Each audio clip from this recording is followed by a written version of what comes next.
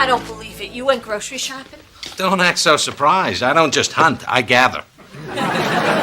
Pretzels, chips, another kind of chips. Did you gather anything that wasn't fried or Crunchalicious? Bought some fruit. In fact, it says here there's 12 feet in every box. Here you go, Tina. Have some mango banana mataz. Thanks, Daddy. Hey. Honey, is that your new cheerleader sweater? Yeah, what do you think? Oh, it looks great. Great. All the times I prayed to God he'd get into a cheerleader sweater. I probably should have been more specific. Lauren? What's wrong? I auditioned for the fall dance show, Dance-tastic. Didn't get in. Aw, you must be so dance-appointed. I am so sorry, honey. It's not fair, Mom. I haven't gotten into one thing that I've tried out for this year. I mean, I used to be popular, but now that I'm in high school, I'm just a big loser like Brian. I heard that. What about trying out for the band? You still have your clarinet? I stunk at the clarinet. Besides, I can't find the stupid mouthpiece anyway. What are you looking at me for? I'm just gonna get some... Hey, how did this get wasted? Yeah, your father found it. Why don't you give the band one more try? Great. Maybe the kid who plays the oboe with the runny eye will have a crush on me. His name is Hakeem, and he has an overactive tear duct. Oh, poor kid's having a tough time in high school. There's got to be something we can do. Well, having a few beers would make me feel better, but that still leaves Lauren. Well, we should go talk to her dance teacher. Maybe she'll change her mind. Since when are we the parents who run to the school and cry foul every time our kid has a problem? Okay, let's go. I'll drive. Bill, the school's closed. No, I'm talking about anywhere. Okay, now when we go in there, let's not get too emotional. We'll just explain that Lauren loves to dance. It's so funny. Wiener. The dance teacher's name's Mrs. Wiener. Okay. You know what? We're both adults. We can do this. We're just going to walk in there and look Wiener right in the eye. Okay. Clearly, we cannot do this together, so I will go in by myself. I'm sorry, Judy. Good luck. Don't ride Wiener too hard. Kids. They don't have any imagination these days. Oh, my God. No, I found it like that. Bill Miller, it's me, Madeline Beck from high school. Madeline Beck, I didn't even recognize you. Well, I got a haircut and stopped wearing ponchos. What are you doing here? You're not still a senior, are you? I'll have you know I graduated second out of my class among the three of us that had to finish up over the summer, so I thought you moved to Ohio. I did, but I moved back, and now I'm the new English teacher, and I'm also head of the bra department. So what have you been doing all these years? You follow football? No. I played a couple of seasons in the NFL. Now I'm married with some kids. Wait, are you Lauren Miller's father? Well, that's what the courts say. She's in my freshman English class. She's great. You know, now that I think about it, she has your eyes. And the same way of using her hands. You know, I always loved your hands, Bill. They're very elegant. Well, I never really thought about that, but now that you mention it... You know, we had a lot of fun that one summer down by the beach. Oh, yeah, that was pretty hot. Sure was. And pretty humid, too. Well, I've got to get to the theater, but you know, this really made my day. I hope I see you more often. Yeah. Bye, Madeline. Thanks for taking the time to see me, Mrs. Weiner. Well, I think I convinced her. I just told her that outside activity would boost Lauren's What are you doing? Looking at my hands. Do you ever notice how elegant they are? Bill, whatever you stuck your hand in while I was gone, I'm not smelling it.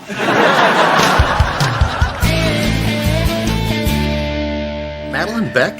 The girl with the ponchos? I haven't seen her in years. Yeah, she's teaching drama there now. You know, we went to grad school together. He didn't go to grad school, Fitz. Traffic school. So was it weird seeing her again? I mean, what with your sensuous past? Look, it was a long time ago, and it wasn't that big of a deal. I don't know, Bill. One of my most vivid memories of high school is you and her on that beach that night. You weren't there. No, I was not. Dance teacher that Lauren needed to feel accepted, and she really seemed to understand. That's great, Jude. Can I get by? Okay. Does your wife let you put your feet up on the coffee table? My wife doesn't care where I put my feet. It's my hands she's got rules about.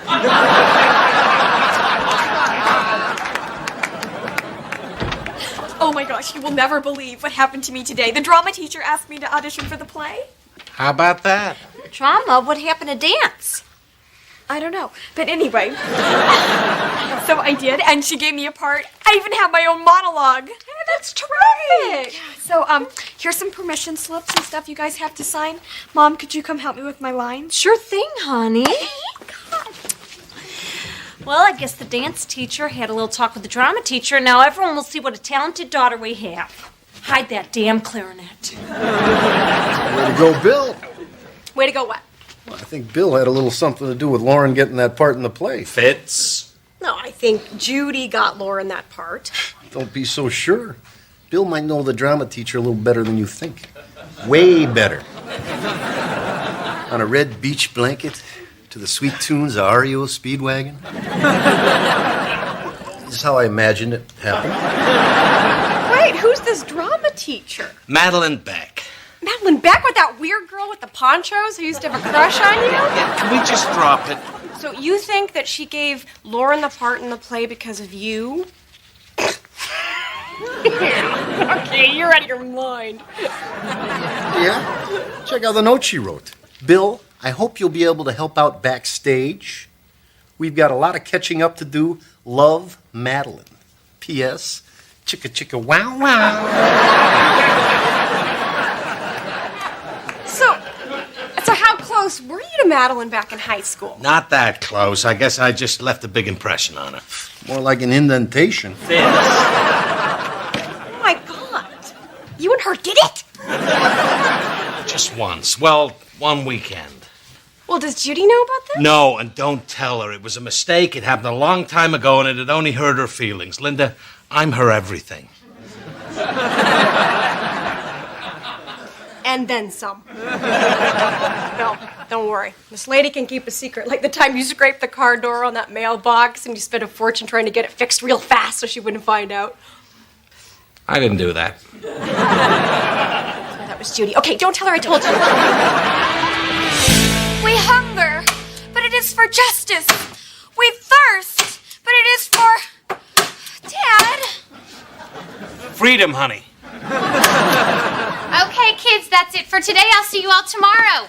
Hey, this is really coming along. It's so great having you around, Bill. Well, I'm having a great time. Really? I'm so glad to hear that.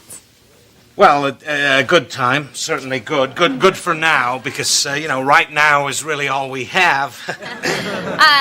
You have some paint on your face. No, right here, sweetie. Wow, you have really soft skin. I use moisturizing lotion. Well, don't ever stop. Bill. Judy, hi. What are you doing here? Well, I came to get Lauren. I didn't know if you'd have to stay late. No, I'll bring her home. You head on out, beat that traffic. Well, there is no traffic. Well, exactly. So now's the time to make your move. Bill, if you could spare a minute, I need to talk to you about our son. What?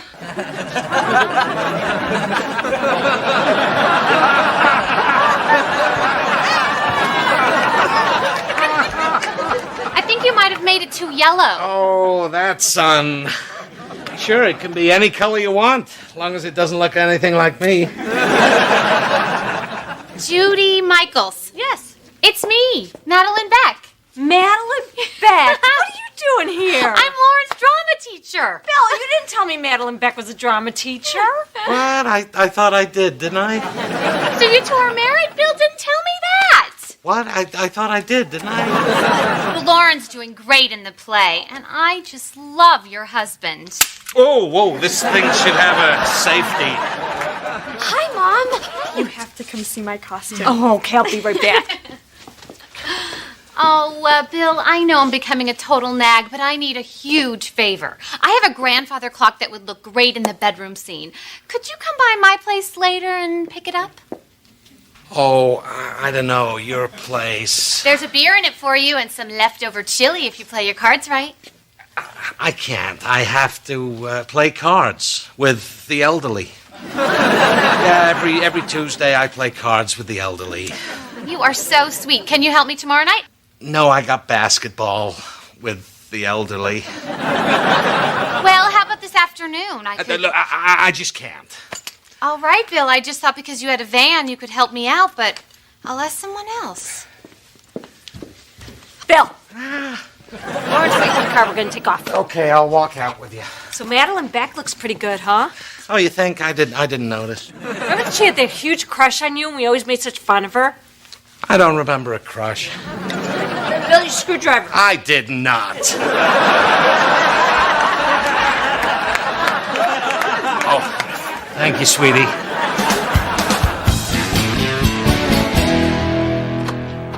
Hey, how'd rehearsal go? Not so good. Miss Beck cut her monologue. She said the play was running too long. Now I'm just a stupid villager with no lines. Well, you still have to act. You have to stand around and look stupid. I'm not a stupid villager. Never mind.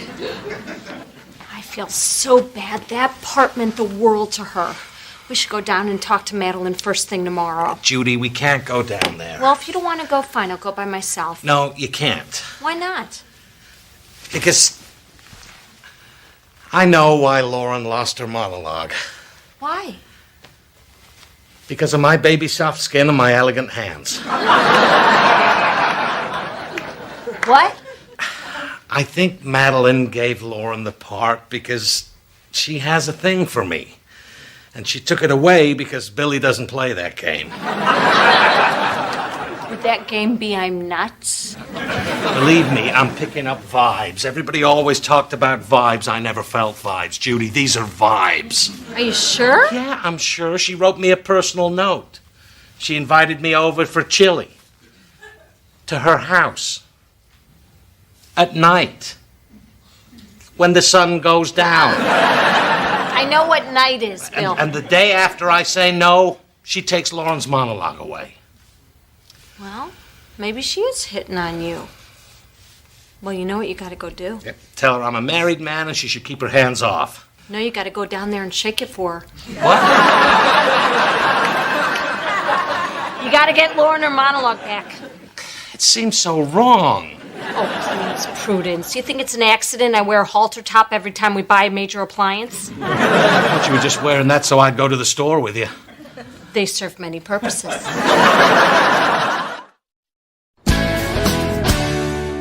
So your hot wife wants you to go down to the school and flirt with your daughter's hot drama teacher? My wife has a cow when I hang on to Mrs. Butterworth's bottle too long. It's only to get Lauren her part back. Or Judy's feeling saucy, and she's just using Lauren as an excuse, so you'll invite Madeline home for a little chicka chicka wow wow. Just whatever you do, stick around, make sure she doesn't start anything. I'm on it. Oh, hi, Madeline. Where's all the other parents? Oh, I canceled the rehearsal this morning. I must have forgotten to call you. But I'm glad you're here. I could use some help with the sets. Fine, that's why Danny and I are here. You remember Danny Fitzsimmons from high school? Oh, yeah. Hi, Danny. Yep, Danny's gonna hang around here and help. Yep, that's what I'm here for. That's great. Could you go buy some paintbrushes? Oh, sure thing. I'll see you later. Bill, could you lie down on the bed? What? I've got to make sure the lighting's right in the bedroom scene. Oh, okay.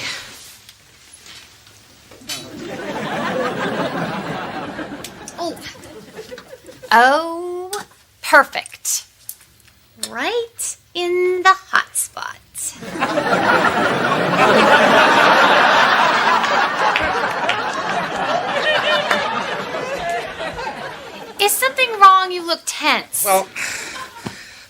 have kind of a problem. Lauren's feelings were really hurt when you cut her monologue from the show. Oh, that's right.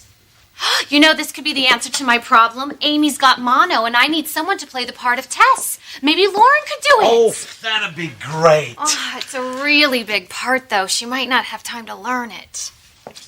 I'm sure she'd be willing to do whatever's necessary. Well, she is a very bright girl and a heck of an actress. Oh, but there's no time to change the costumes. Are you, you sure? Of course, they are about the same size. You know, it's worth a shot. Oh, I think so, too.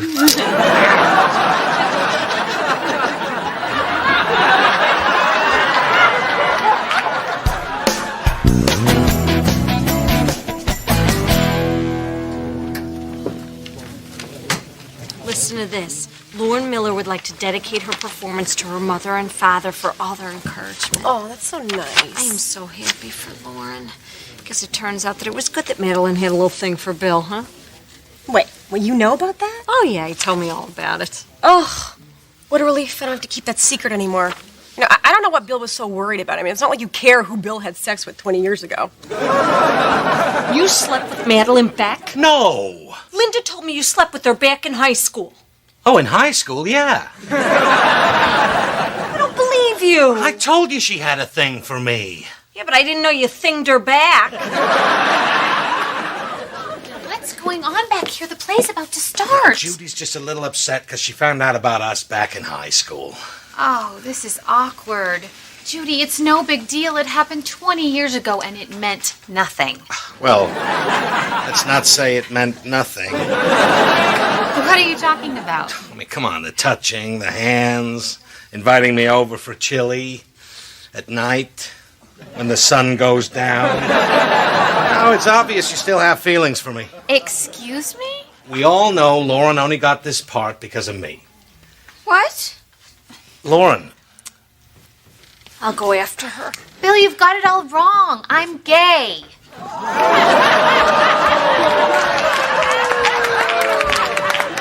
She can't get far. Gay. How gay? Pretty gay.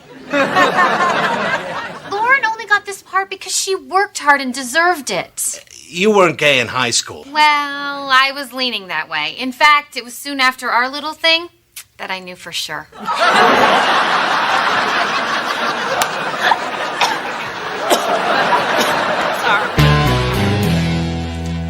Lauren! Go away. Come on, Lauren, open the door. It was a misunderstanding, I swear. Okay, if you're not going to open the door, I'm going to walk away. Goodbye.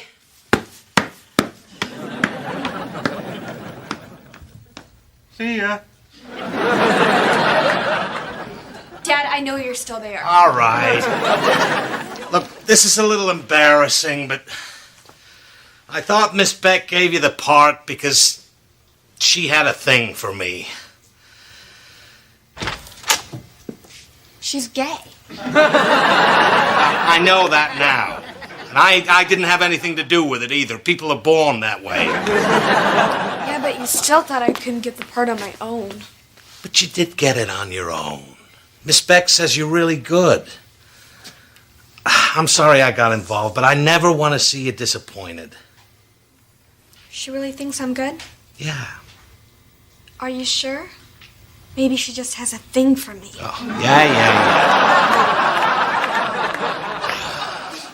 But, Father, I'm afraid of Widow Johnson. Still can't believe you slept with Madeline. You didn't tell me about it. Yeah, but it was that summer, remember? Between junior year and senior year. We had that big fight, and then you left for Florida with your family. Oh, that summer. Florida. Oh, then forget about it. Yeah, you see, it's really not the... Wait, what do you mean forget about it? Well, it was, a free pass summer. Free pass summer? What the hell's a free pass summer? Well, Well, I met a college guy. You turned a woman gay. Crazy summer, huh? Judy! Oh, come on. What are we talking about? This ancient history besides our daughters on stage. I am here. The wagon is ready for you. Goodbye. Goodbye. Let's have her a big monologue. I'm going to watch from the audience. Man, she forgot the video camera, Judy! These days have been crushing our crops. I can be silent no longer.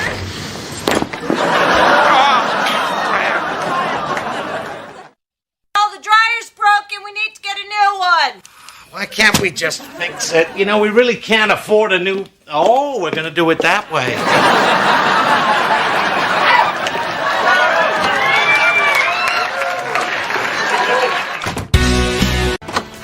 Hey, you're home! It's about time you guys got back. Well, when we take your brother to visit colleges, it's important that we get a complete picture of what each school has to offer. And this one had a bar nearby that offered dollar pictures and free hot wings. Good school. You guys didn't even go on the tour. Oh, you know, it just looked like a lot of walking, and at that point, we couldn't. Did you bring me anything? Yes, a new doll glass for your collection. Cool. Okay, you don't see anything wrong with that? Oh, you're right. Rinse it out, honey! And we didn't forget about you, Lauren. We bought you a cinnamon bun. And then we did forget about you and we ate it. So could you toss that to me? You know, you guys don't have to go with me on every college tour. Oh, no. It's our responsibility to see these colleges with you. But this weekend I can go with Hakeem and his parents to Ball State. I'm sorry, what's the name of that college again? Ball State. Oh, yeah. We'll definitely take you to, what is it again?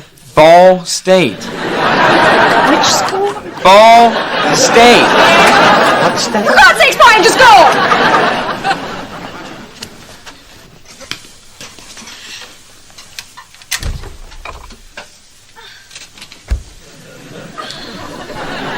Hey, Lauren, you going to the movies? No.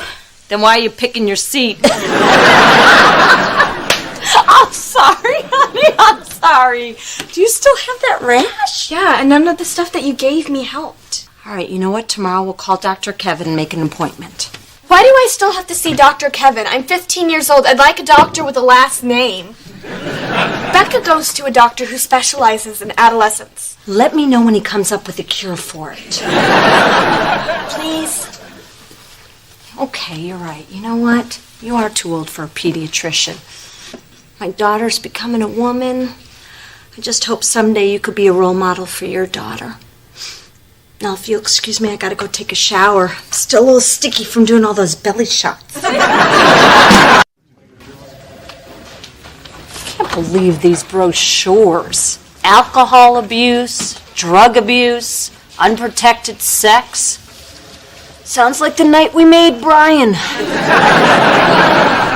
Why does it hurt when I pee? Please tell me you're reading a pamphlet. Okay. Hey, sweetie, how'd it go? Fine. Lauren, I'm going to talk to your parents for a moment. Okay. Don't worry, honey. We'll get to the bottom of your bottom. We'll be right out when we're done talking to Ophelia. Who? Your doctor, Ophelia Tush. Well, first off, I don't think the rash is anything serious. Oh, so you find it funny, too. I didn't discuss this with Lauren, but sometimes a rash like this can be symptomatic of bigger problems. Bigger problems. Yes, based on my conversation with Lauren, I think she may have some emotional issues that could benefit from therapy and possibly medication. Emotional issues like what?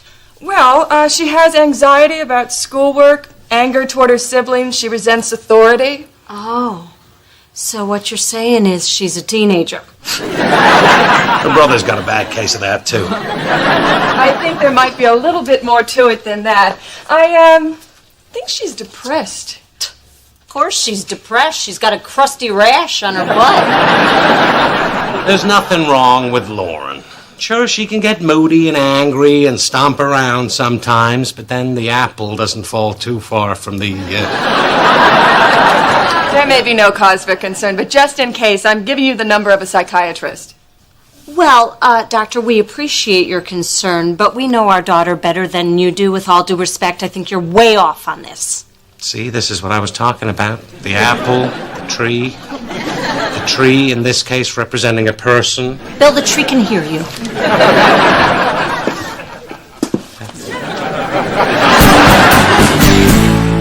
You know what, Bill, I've been thinking, what if there is something to what this doctor said? If you ask me, these doctors are a little too drug happy. I've gone my whole life without any mood-altering medication. Oh, Mama. Daddy? Hang on, honey. We just walked in the door, remember? Daddy's not really home until right here. Oh, yeah.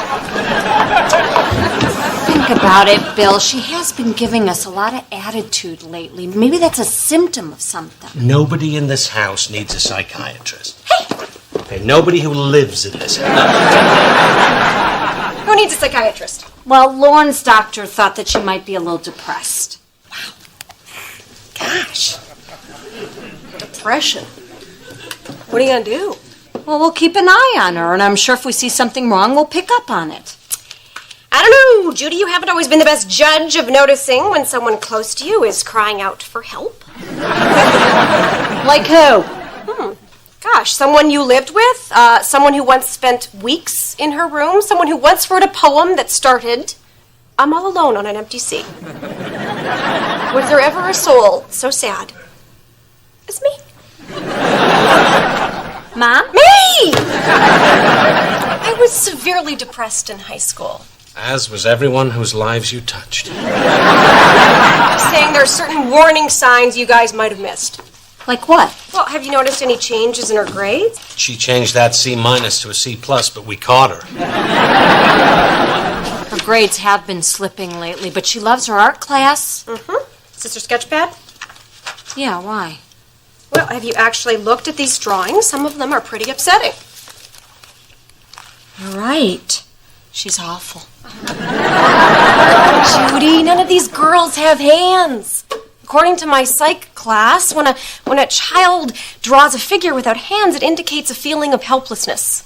Really? Bill. Maybe she just can't draw hands. Do you ever think of that? Oh, I'm sorry. Are they offering college courses in the toilet department? Fine. We'll keep an eye on her, see if she seems depressed.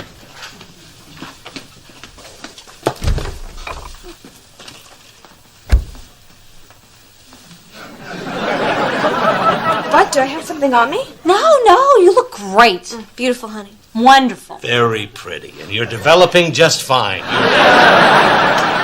You're getting a nice little shape on you. Can we just not talk about this now?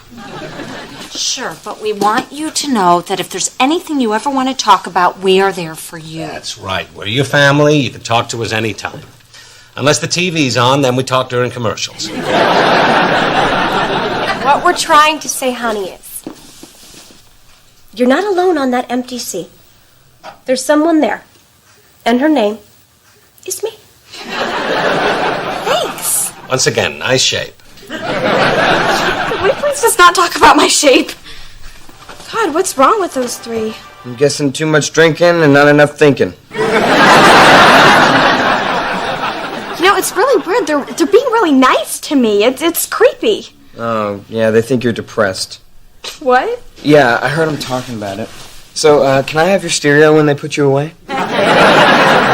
Wait, they think I'm mental? Those freaks? Yeah, you should see them at a college bar where beers cost a nickel. I'm gonna go tell them I'm fine and to leave me alone. Hold on. What? You know, if we play this right, maybe there's a way we can both get something out of this. What are you talking about? Well, I have an idea, but for this to work, Mom and Dad would have to be pretty brain dead.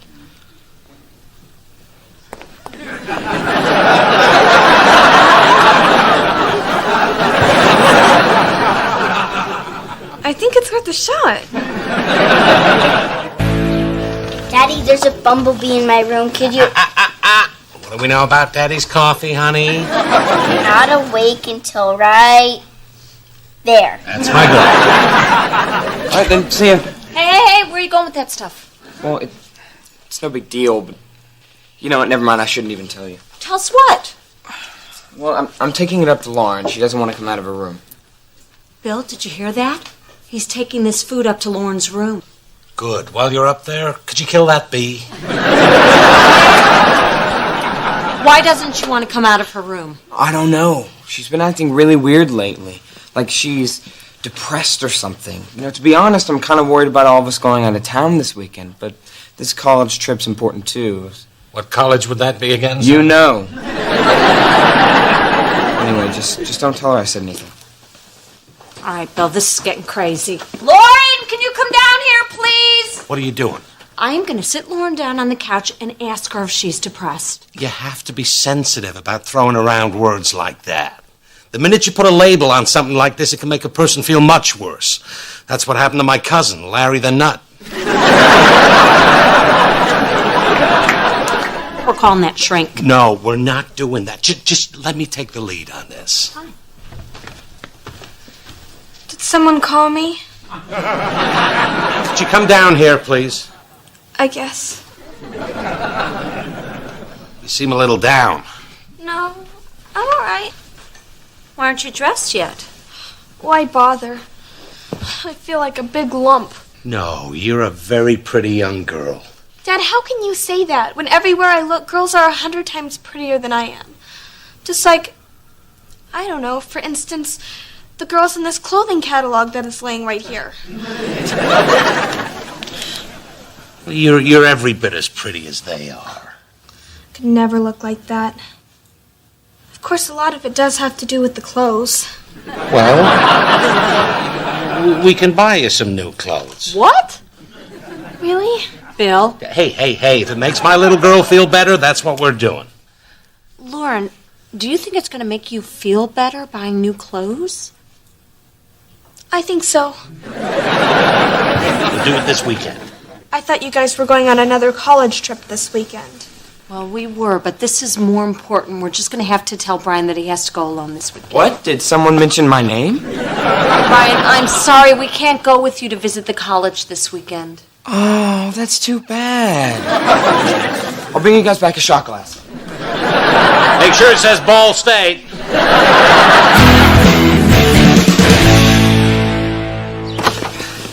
Did you have fun at the mall, honey? Yeah, I'm feeling a little better.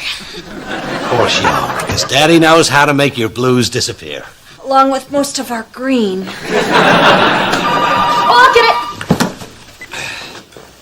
Hello? Hey, it's me. Oh, hi, Becca.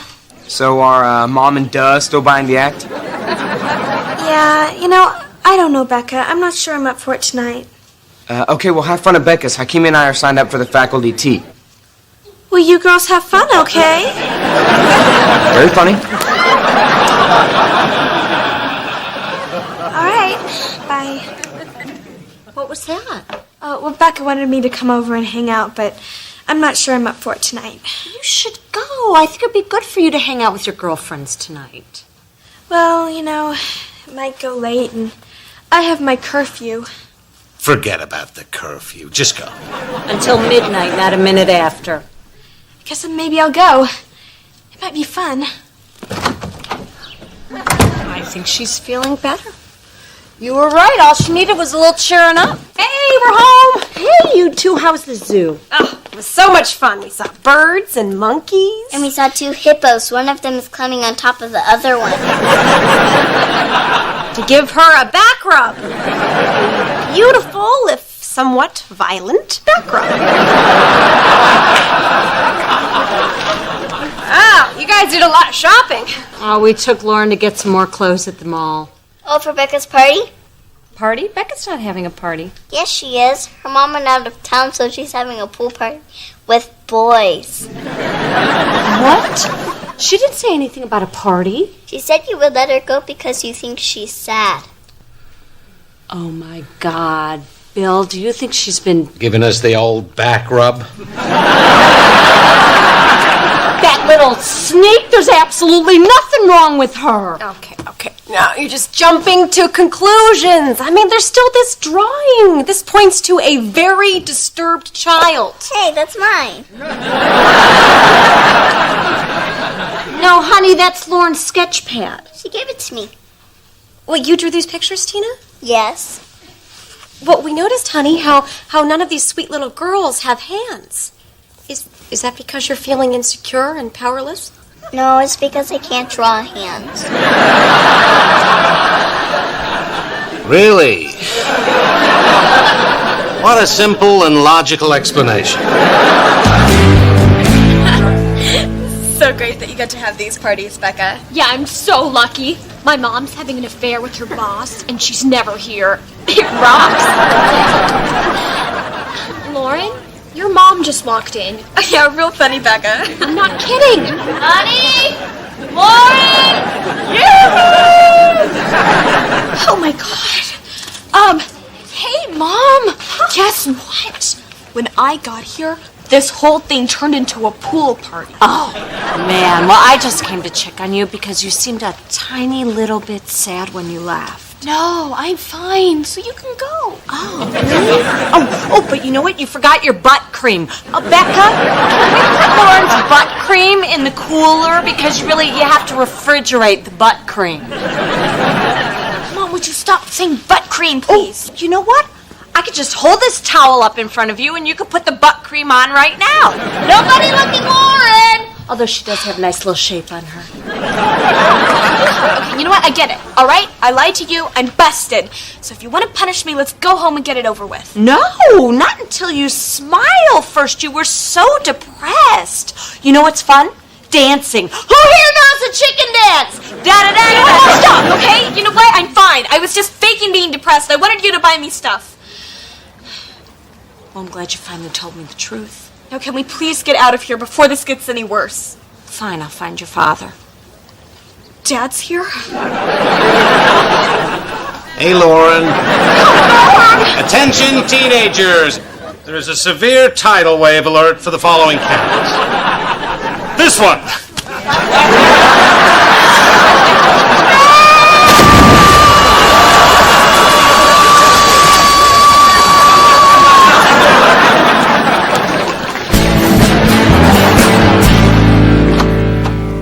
That was one crazy pool party. You know, Lauren, a lot of what we did tonight was meant to embarrass you. My trunk slipping off, total accident. Well, you have a nice little shape on you too, honey. Thank you. See, I don't mind hearing that. I can't believe you would put us through all that. Look, I told you it was Brian's idea, okay? Yeah, we'll deal with Brian later. Do you have any idea how worried we were about you? Look, I said I'm sorry, okay? Just get upstairs, and you're returning all the stuff we bought you. Fine, I don't care. It doesn't matter, it won't fix anything. I'm still me. And I'm still not buying it, which is the only thing I haven't bought today. Hang on, Bill. What do you mean by I'm still me? Nothing, okay? I'm going to bed. Lauren, come here. Come here. Okay, before you started scamming us, your doctor thought that you might be a little bit depressed. Are you? No. God. I don't know. I mean, can we just not talk about this? No, we have to talk about this. There's nothing to talk about. It's just I hate everything in my life, okay? I hate the way I look. I hate school. That is not true. You love your art class. I quit my art class. But you worked so hard to get into it. You were so excited about it. Yeah, until I figured out that I suck at it. Just like I suck at music, I suck at dance, I suck at everything I do, okay? So can we just not talk about this? Can you just leave me alone?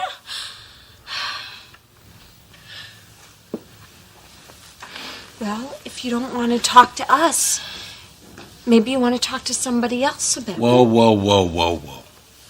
There's only one person my little girl needs to talk to feel better, and that's her daddy.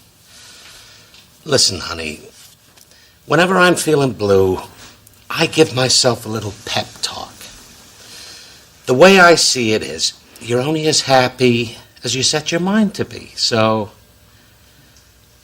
try to be happier. Okay? Who's hungry? How am I just supposed to be happier? It's easy. When life gives you lemons, make lemonade. What does that mean? It means if something bad happens, turn it around. Make it a good thing. Well, how do you do that? By not being so sad and stuff. But what if that's the way you feel? I mean, how do you change what you feel? By making lemonade. Am I not being clear?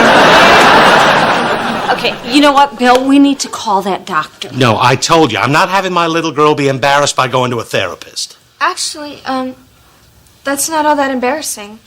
I mean, some of my friends go to therapists. Really? Yeah. But you'd be telling your problems to a stranger. No offense, but I think I'd rather take my chances with a stranger. All right, you know what? We'll call this doctor tomorrow. Thanks, Mom. Oh, sweet girl. Oh, God. Therapist? Wow. Oh, don't worry, Bill. She'll be all right. We're doing the right thing. I don't know. It just seems like sending her to therapy. It's like admitting we messed her up. Bill, you just did a cannonball at her friend's pool party. I think we messed her up a little bit. I know. It's just the admitting I don't like. This whole thing with Lauren has been a huge wake-up call. Absolutely. We have to make sure we give all our kids the attention they need.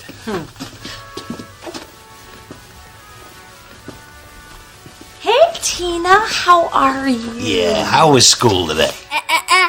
You know I'm not home until right here.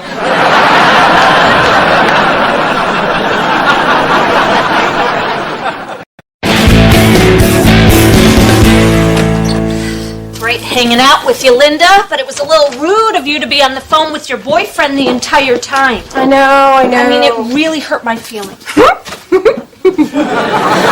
Jeez. No, I should get going, Perry. Yeah, Judy has that look on her face. Well, here, I'll show you.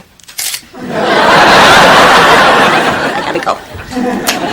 Sorry, it's just there's so much to talk about when you have a fiance, you know? I have a fiance! And a ring as soon as he sells his car. Ooh.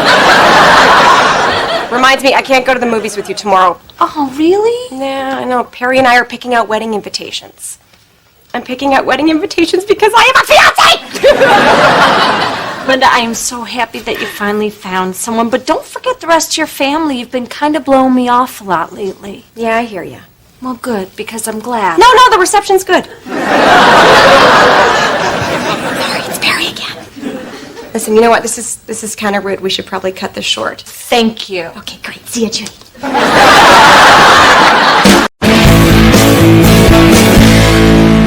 Sorry it took me so long. My son keeps changing the place where he hides his money. There you go, buddy. Yeah, maybe next time you'll find out where he hides his tips. Honey, my hands are full. Could you flip off the pizza guy for me? Jeez, that's weird. Last time I checked Brian's lockbox, there was a couple of $100 in here. Lauren, do you have any idea what your brother's been doing with all his money? Apparently not hiding it as well as I hide mine. You have money? No? It's under her mattress. No, it isn't! Hi, guys. There you are, Brian. What have you been doing with all your money? I think a better question would be, what are you doing with all my money? Come on, there was more than $200 in here the other day. Well, I earn that money. I can spend it any way I want. Brian, this is for your college fund. You can't be irresponsible. You know your father and I haven't saved a cent. Well, if you must know, I kind of have a new hobby. I just didn't want to tell you guys because I thought you'd make fun of it. Bill, let him say what it is first. It's called Wizards, The Beckoning. It's a strategy game where you assume the roles of wizards and warlocks and engage in fantasy duels armed only with a deck of enchanted battle cards. You guys just don't understand it. Brian, come back here. We don't mean to make fun of it. It's just $200 is a lot of money to throw away on some silly card. I didn't throw it away, Mom. I mean, sure, I spent $200, but by now my collection's got to be worth at least $1,000. $1,000? Is that real money or like wizard bucks? Real money. And every time I play, I just win more cards. So you've won like $800. Well, yeah, but it's not about winning, Dad. It's about the spiritual journey, testing yourself and finding your own strengths and limitations. So you've won like $800. Yeah, I guess, but in order to get that money, I'd have to sell my cards. I am not selling my cards. Brian, you have to be responsible with your money, you know? You need to sell these cards now, otherwise one day you'll wake up, the fad will be over, and they'll be worth nothing. That's why we sold your Beanie Babies. You sold my Beanie Babies? That's why you have a computer. We're selling the cards. This is so unfair. You guys can't control me. Oh, God. Brian, wait. Come back here. No, forget it. You know what? Go ahead. No, wait. I guess we can still control them. Hey, Linda, where are you? We've been waiting for you. No, it's fine. I got plenty of other people I can hang out with. Actually, I see someone right now. What do you mean, who? I got friends. Her name's Teresa. I'll be right with you, Teresa. Who are you talking about? Oh, that's so funny, Teresa. I gotta go. Bye.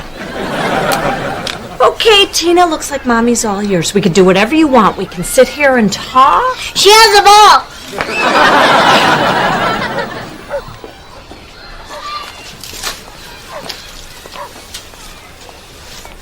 Hi. Hi. Oh, look at that guy over there. Too much tank and not enough top. Lunch break? Mm-hmm. Oh, this park's a great place to grab a bite. I come here all the time with my little girl. Oh, yeah? Which one is she? She's hanging from the monkey bars in the ripped undies. Honey, that's not an upside-down outfit. Hi, I'm Judy. Emmy. Your daughter's adorable. Oh, thanks. Who's the little girl she's playing with? I have no idea. They just met and boom, they're best friends. Kids are amazing that way. Yeah. It's a shame adults can't be more like that. We build these giant walls around us and we never let anyone in. Exactly. Like there's no reason that you and I can't be friends. What? Like we were just saying, we seem to get along. Maybe we could have coffee sometime. What do you say? No. What do you mean? Well, no offense, but I just met you. Oh, you don't need to worry. I'm not a freak. It's just that I don't have any friends.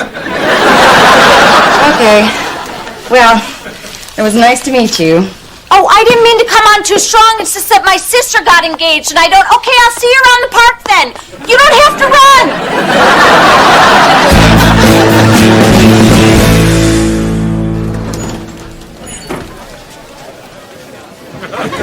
All right, where do we unload these things? I can't believe you're making me sell my cards. I can't believe there are this many geeks in Chicago. What do you, breed underground? This isn't a joke, Dad. People take these tournaments very seriously. I can see why. It's like stepping back into the Middle Ages in a conference room in a hotel at the airport. Miller the Merciless, you're here. Your arrival was foretold by the Owl of Prophecy. He sees all.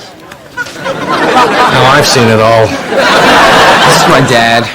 Miller the Elder? You must be proud. Brian is the warrior to whom we all bow. Last week he made Goran the Invincible cry. I had a sinus infection.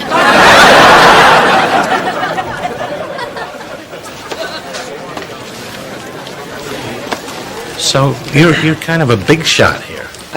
Yeah, I got a bit of a rep. Well, if it isn't Miller the Merciless, aren't you a sight for sore eye? Hello, Lord Hades. So, Miller, finally here to drink from the bitter cup of defeat? No, I'm not really here to play. Looks like Miller the Merciless has become the chicken of Neward. You think you can take this guy? Yeah, but what difference does it make? We're just here to sell the cards. In the immortal words of Lucius of Candor, quote, end quote. You want to take on my boy? You got it. Really? You're gonna let me play? Look, it's one thing if you're bullied by real bullies. I will not have you bullied by people who get bullied by bullies.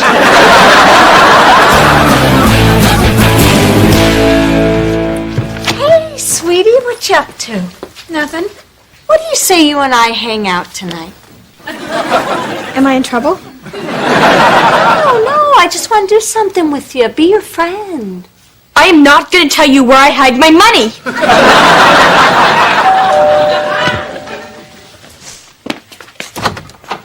Hi, Fitz. Hey, Judy, is Bill home? No, he's out. Oh, man, we were supposed to hang out. Now what am I going to do? I told my wife an intricate web of lies to get out of the house. I'd be ashamed to waste that. I was supposed to go shopping with Linda, but she blew me off again. You want to go? You and me? Sans Bill? That's very European. Well, I didn't shave my legs, so it's even more European than you think. So where's Bill anyway? Oh, he's helping Brian sell his geek cards. We're teaching him a lesson about responsibility. Yes, in your face, Lord Hades, in your face. Dad, I haven't won yet. I'm sorry.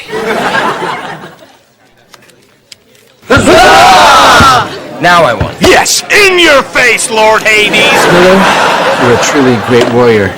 Even greater than the horned cobra of Sarlacc. I bow to thee. Not so much bowing as bending over, loser. I guess we should go sell these cards now. Not when you're on a roll, my boy. You're kicking ass and taking stupid made-up names. Okay, who's next?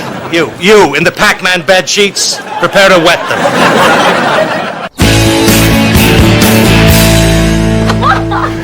Well, thanks for turning me on to the outlet mall. You know, that soap store was fantastic. Yeah, I can't believe you've never been to the Lavender Basket. I can't believe I spent $40 there. Are you sure Bill would be okay with all this? All what? Well, you know, you and me spending time together. I mean, it could look like we're having an affair.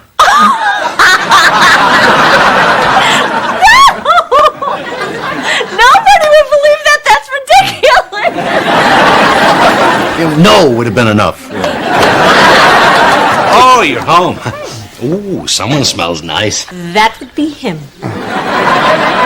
Yeah, they're called essential oils, and frankly, I don't know how I'd live without them. Well, I'm gonna go put my cards away. Sure, buddy. You had a good day. Hit the showers. Bill, Brian still has his cards. I thought he was selling them. Honey, I've been thinking about it, and I'd really like to handle this on my own. No, Bill. We made a decision. I need to know what's going on. All right, we were going to sell the cards to Goran the Invincible, but then Lord Hades gets all up in Brian's face and calls him the chicken of Nord. So, You know what, Bill? It's all yours. Okay? Just promise me that it's all going to turn out okay. come on, Judy. Do I look like the owl of prophecy? There he is. Huzzah.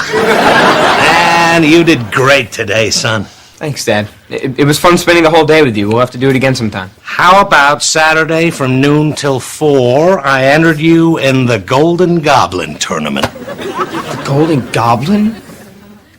I don't know, Dad. I mean, that's the big leagues. All the best players are going to be there. The Visigoth, Sir Fireworm. You could totally take those losers. I'm not so sure, Dad.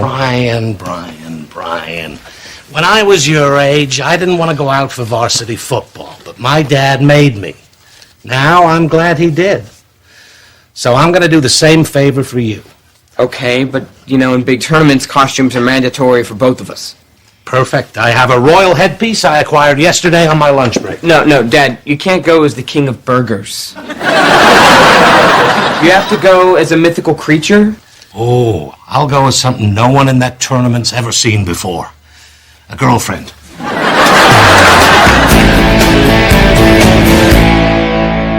Okay, there you go. Well, I knew I shouldn't have worn my nice pants to the farmer's market. Next time we go, maybe you'll pay the $1 admission instead of climbing over the chicken wire. Just take me a second to sew this.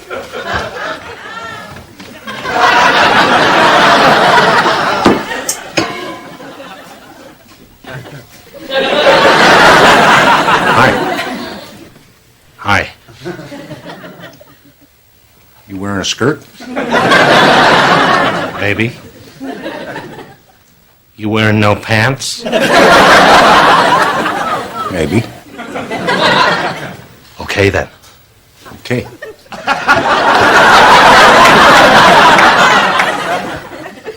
Mr. Fitzsimmons?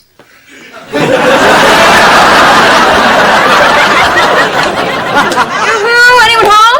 Ooh, hey. Boy, that was close. What was? Bill just caught me in here in my underwear. And then he takes off his pants and you chase him?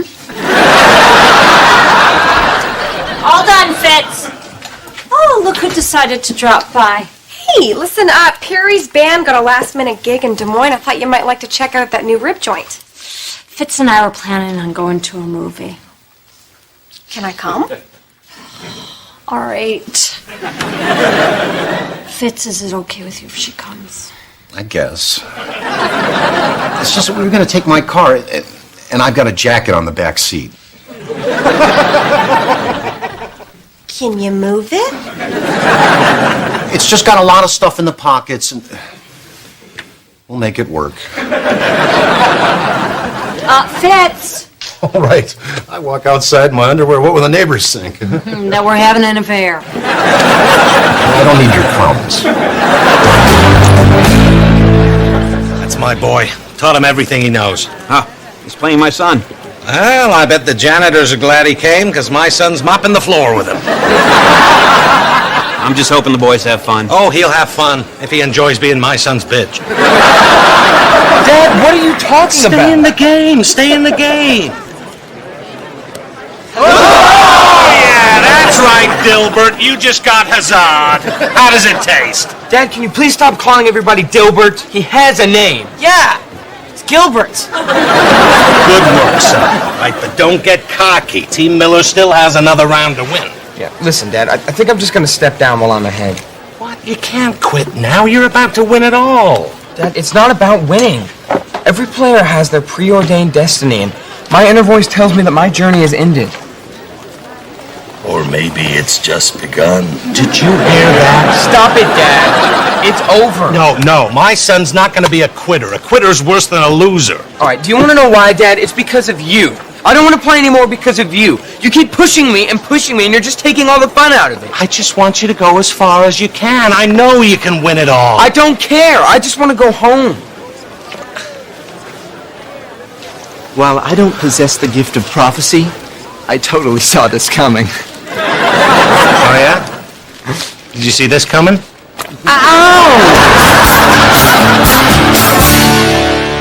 Oh, that was a great move, Fitz. Oh, and what an ending. I can't believe that she Okay, was... could you please not talk about it? Some of us had to see the Hillary Duff movie because your movie was sold out. You know what? Tagging along with you two was a big mistake. All night long, I had to hear about what a great time you guys had at the mall and the farmer's market. What do you expect, Linda? That she was just going to sit around by the phone waiting for you to tear yourself away from your fiancé?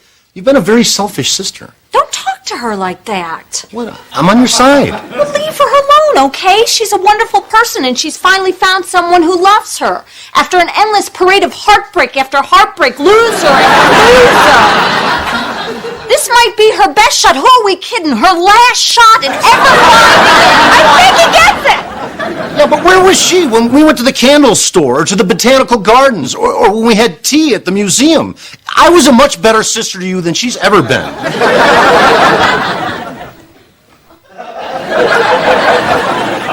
Okay, I gotta go back to being a guy now. You two girls have fun. I'm gonna go buy some tires or spit or something.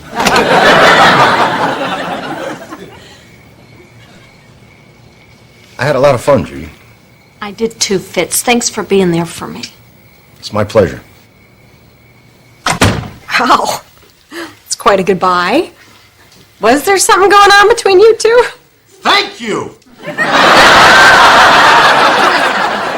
Linda, I am so sorry about tonight. No, don't be. It's my fault. Fitz is right. I'm a lousy sister. No, I just have to learn how to share you, you know? I just want you to have everything that I have. A home, a wonderful, loving family. I hate you. I don't care. Leave me alone. Brian, wait.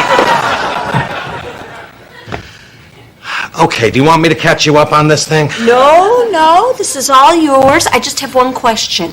Is that our Christmas tree skirt? It's a kilt.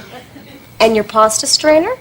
My helmet. And is that... Everything's what you think it is.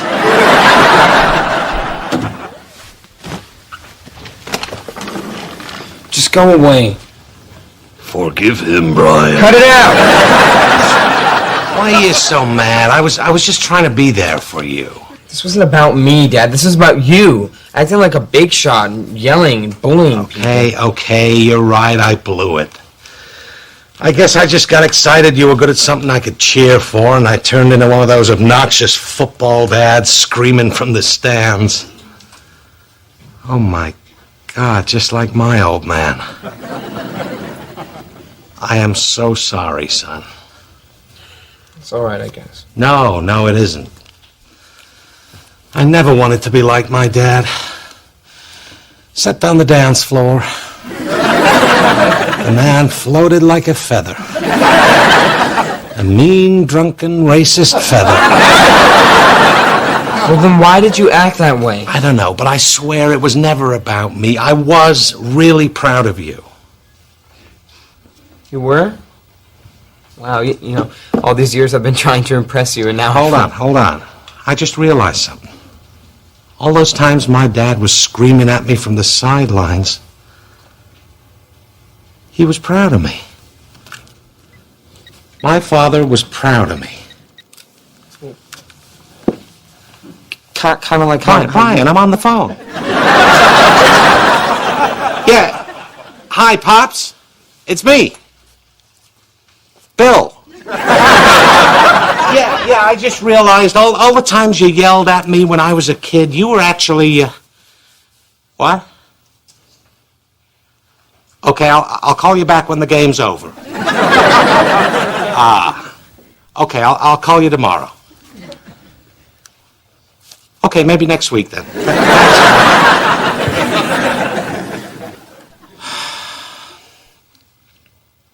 I want you to know, son, I love you. You're a good kid. You turned out fine. I'm a very lucky dad. Oh, Dad. Would that have been so hard for him to say? Oh, geez, Bill, we left the remote on the TV. Can you get it? No problem.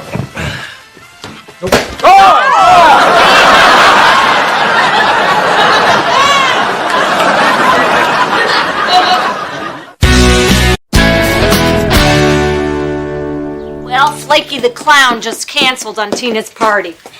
I blame myself. Should have seen that one coming. What about that clown that was at the Murphys' party in the park? That was a homeless person. Well, if you're looking to pay someone to entertain at Tina's birthday party, Miller the Magnificent is wide open on Saturday. It's because he's also Miller the Dateless. I can start with close-up magic, and then we can move on to illusion and mystere. I'll get it. I'm expecting a call from the son I always wanted. Well, Tina's okay with it. I'll pay you $100. Great. Wait, you're paying him $100? I want a piece of that. I could be his assistant or something. Miller the Magnificent is a solo act. That's what I'm afraid of, honey. Who called? My mom. What'd she have to say? She's still saying it. And Billy, they were delicious pork chops, and they were only $3.98 a pound, and I had a coupon. Okay, Bill, you can't just ignore your mother. Can't until I run out of pillows. Look, her boyfriend Johnny's out of town for 2 months. Since he left, she's been all over me. Okay, I'm going to tell you how to handle this. Tomorrow, you should invite her to lunch. She'll spend 1 hour with you. She'll be so thrilled she'll be off your back for 2 weeks. Oh, you don't understand my mom. She's a bloodsucker. I open the door a crack. Next thing I know, I'm driving her to Wisconsin to get the good cheese. Okay, you gotta handle your parents like I handle my parents. If they get too clingy, I stand my ground. I don't give an inch. Polite, but firm. Okay, I'm going in. But it turns thought they wouldn't Hi, Mom. Yeah, I just walked in. I was wondering if you wanted to go for lunch tomorrow. Great. Okay, so I'll see you. What? A quilt show afterward? No, I can't. No, I really... Okay. Oh. Hi, Louise, it's Judy. Yeah, Bill and I would love to take you to lunch tomorrow, but then he is busy for the rest of the day. Okay, we'll see you then. Bye. Wow. How'd you do that? Bill, it's just a matter of being calm and direct. You can't spend your whole life hiding from your family. I need a volunteer for my magic act.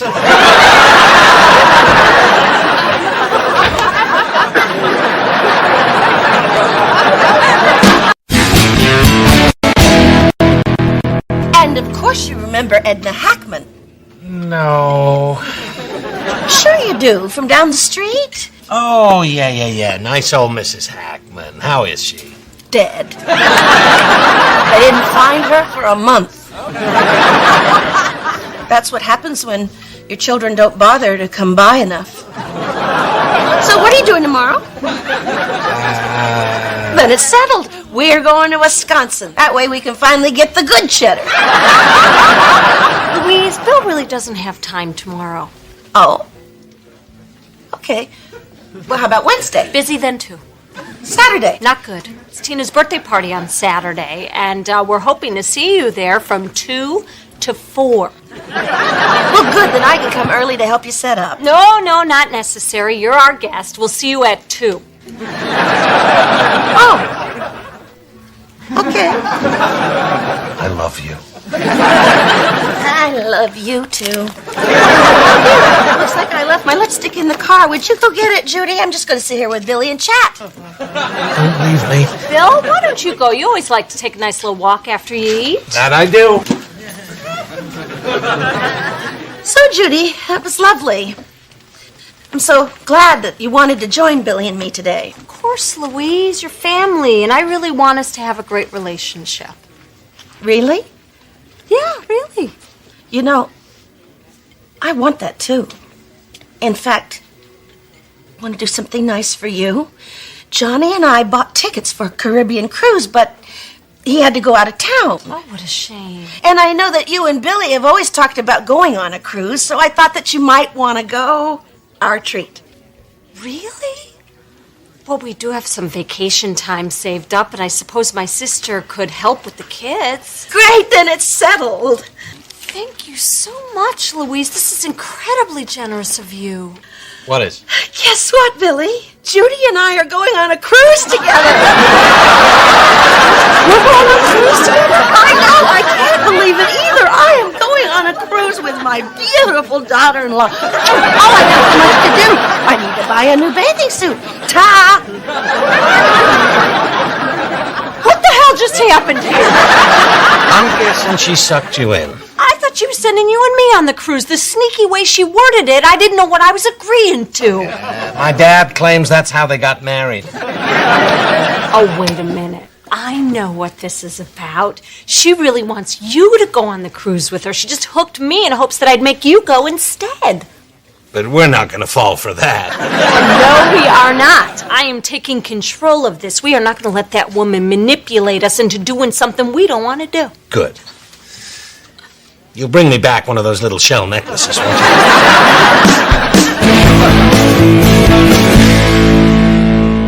Okay, see the handkerchief? Now watch closely.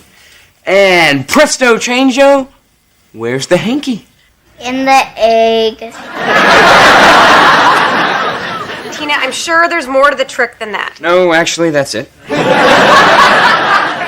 Oh. Then bravo! Where have you been? You're supposed to be my assistant. About that, I kind of been thinking.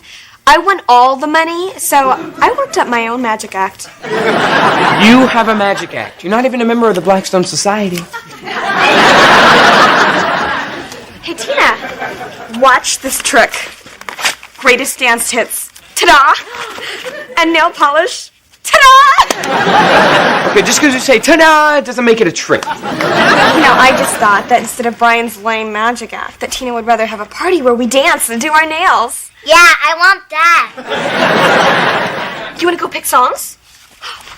Okay, now it sounds like it's going to be a fun party. Not that I'm not a man. Cut it out. This isn't over, Lauren. Hey, Brian, how's the magic act? It sucks. You finally figured that out, huh? Good for you. Judy, I just saw my mom pull up. Oh, good, because I know exactly what I'm going to tell her, that neither one of us is going on that cruise. I'm going to be polite, but I'm staying in control. Hi, Judy, how's my new cruise buddy? I just had to come right over and show you my new swimsuit. It's a 3-piece. Well, let's hope the third piece is blindfold. Louise, we need to talk. Okay, is something wrong? Well, here's the thing. There's been a misunderstanding. When I agreed to go on the cruise, I thought you were sending me and Bill. Oh, no, I thought you would want to go with me because you said you wanted us to be buddies. What I said is I want us to have a good relationship. Exactly. I see this cruise as a chance for us to get closer. For so long, I didn't really know you. I mean, first, you were on the drugs. Then you were doing your best to raise kids. And now with your childbearing years far behind you, we can be more like sisters. As sweet as that thought may be, a 7-day cruise might be too intense right off the bat. I think we should start more slowly, like with a 1-day cruise or a seafood dinner. Well, maybe you're right. It's just, well, it's a little embarrassing. You see, I've already bragged to all my friends in the Red Hat Society that you're going with me. Red Hat Society? Oh, it's a social club for women of a certain age. And when we get together, we all wear red hats and purple outfits. Just driving slow and talking loud doesn't get you enough attention. No, silly, it's so we can make a bold statement when we're on an outing together. Well, it sounds like you guys have fun. Oh, we do. Judy, you should come with me to the next mixer tomorrow. Tomorrow? Yeah, that way I can still show you off to my friends. Well, that is, unless spending 2 hours with me would be, how did you put it, too intense. No, I think that would be okay. 2 hours seems reasonable. Oh, well, good. Well, you can pick me up at noon then. Now, where are my grandchildren? Yoo-hoo! Here comes Nana! It's nice that she warns them so they have time to squeeze.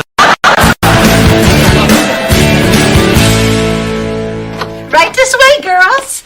Powder room's right through there. Oh, me first, piddle time.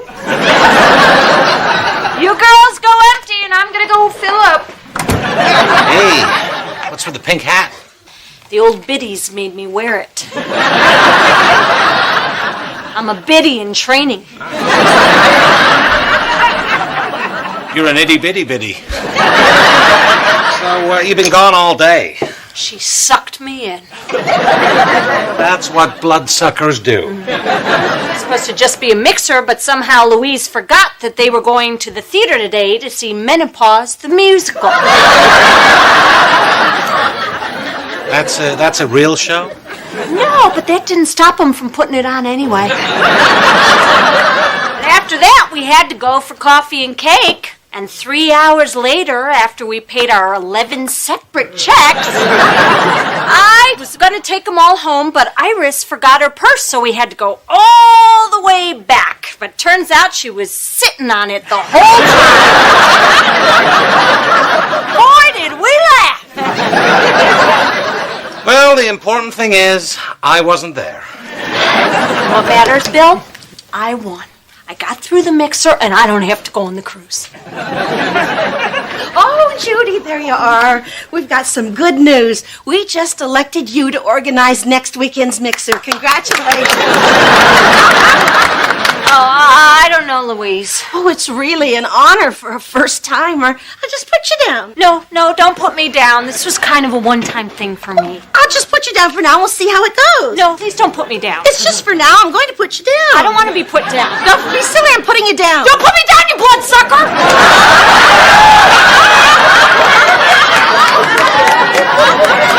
Bloodsucker! Judy, where would you get that?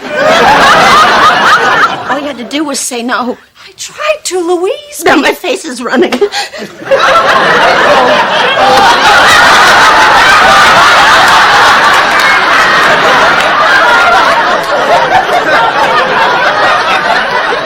Judy, get the scissors or she's coming back.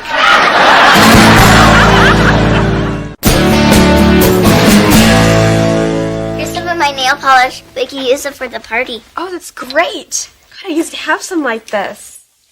And like this. Where did you get these? Found them?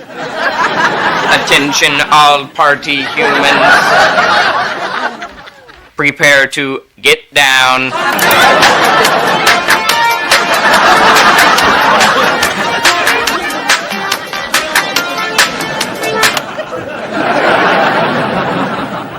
I am the funk machine.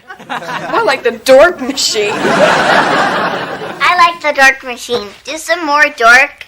Do you want the funk machine to come to your party, Tina? Yeah. Wait a minute. You cannot come in here and steal my party. I believe the decision was Tina's and she chose me.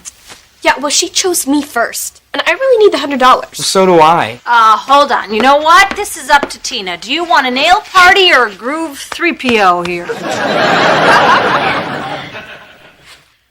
I want the $100.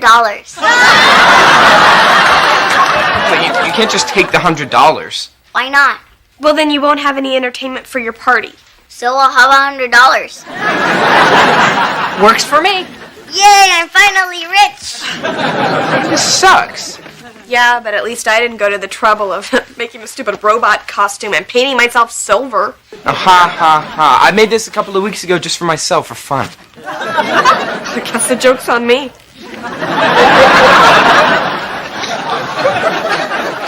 Bill, there's a card here from your mom. Huh? Aren't you going to open it? Why? Because she won't return my calls since I called her a bloodsucker. Judy, it's been wonderful without her. The sky's bluer, food tastes better. It's not that I don't love my mom, she's just better in theory. Oh, look at this. Now she's not coming to Tina's party. I can't let her take this out on Tina. I gotta go over there and make this right. Or, and hear me out, we ignore her letter, we don't go over there. And? We never stop dancing.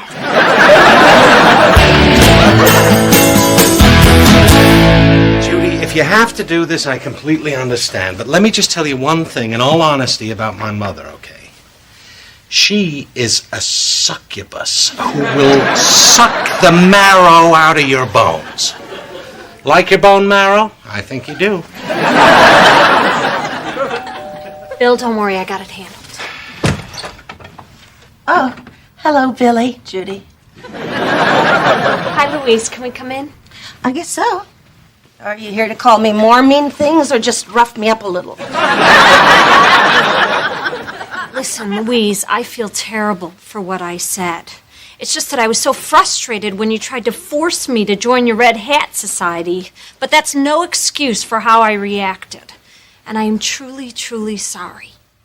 Well, okay. And I'd really appreciate it if you came to Tina's party. Fine, I'll be there. Great. We'll see you tomorrow, Mom. Once again, the party's from 2 to 4. The 2 could be 2:30, but the 4 is firm. 3:30 or 4. Okay, then. Goodbye. Wow, you were great. You got in there, you got what you wanted, and you got out. Beautiful work. I came all the way over here with a heartfelt apology, and all she could say is okay. She is purposely not accepting my apology to hold it over me. I'm going back in. Judy, this is what happens in monster movies. They almost get away, then somebody turns back, and the horrible... Hi, Mom. Louise, can we have another minute? Guess so. That's a hard minute, okay? 60 seconds starting now.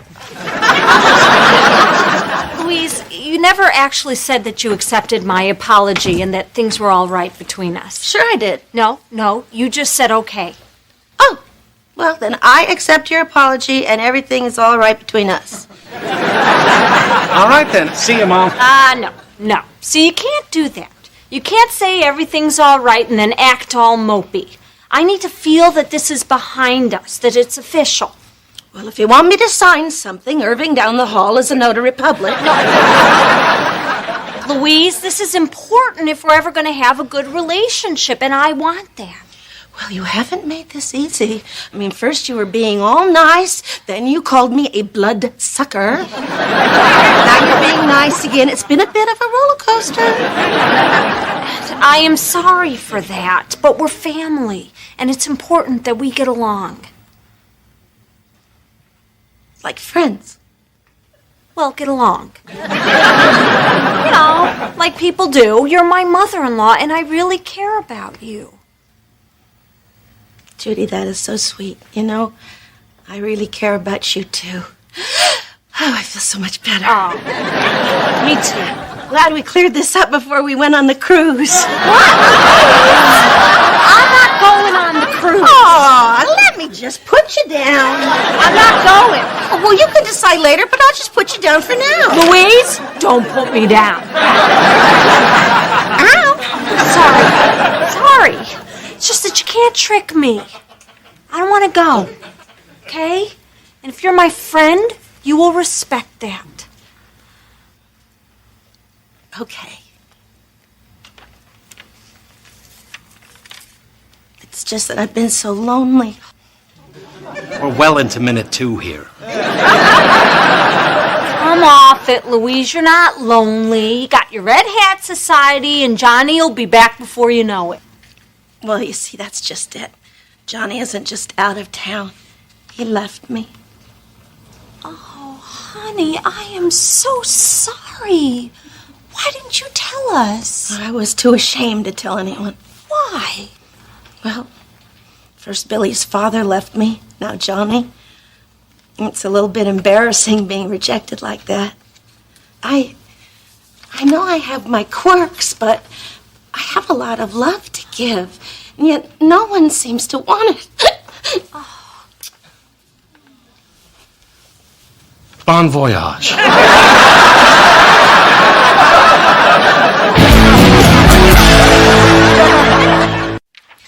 It's a nice ship, Judy. Might not be that bad. Louise and I have to share a bed. Let's hope she's gone back to wearing nightgowns. Ships ahoy! Thank God there are 6 bars on this boat. Hello, bunkmate. You ready to go? It says here it's an alcohol-free cruise. I'm kidding. So, you want to say goodbye to the kids? They'll be here when I get back. Oh, I hope you have fun, Louise. And the important thing is, it takes your mind off Johnny. Oh, didn't I tell you? Johnny and I made up last night. Big time. If you made up, why isn't Johnny going with you? Oh, he has no interest cruising around with a bunch of old broads. A bunch of old broads. Of course, it's a Red Hat Society cruise.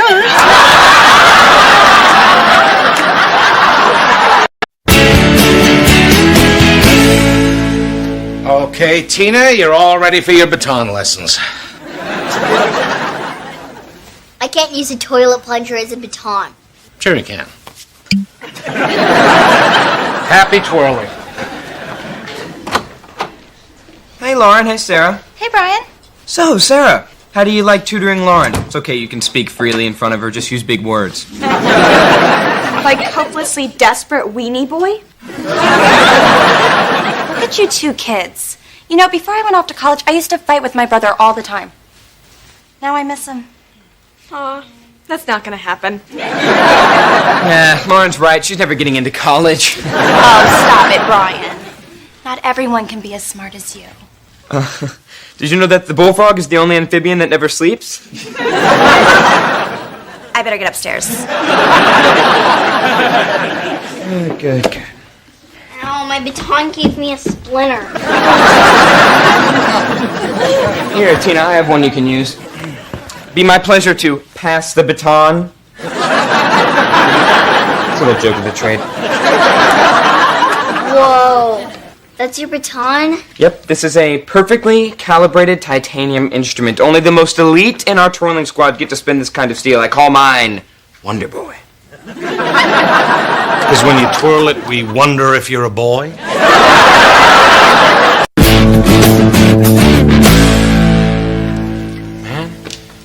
What's wrong?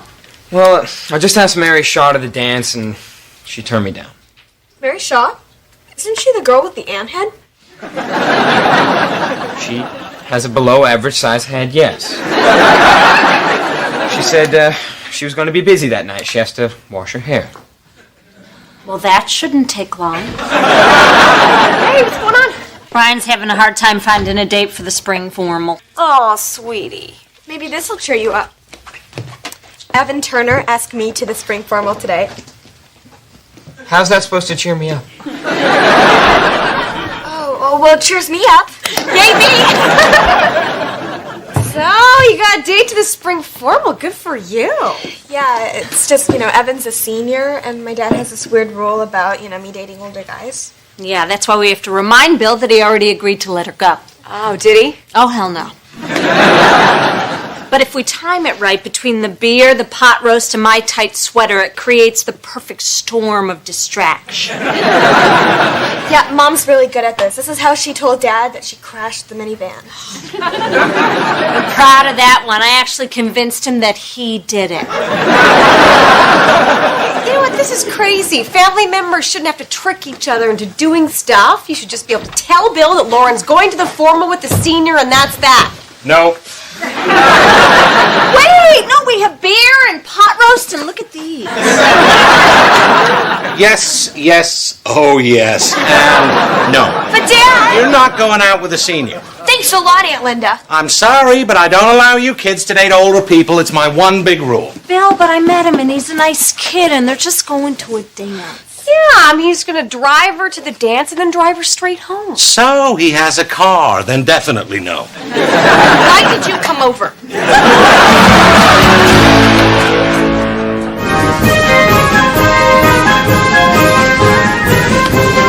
Tina! That's enough baton practice for today.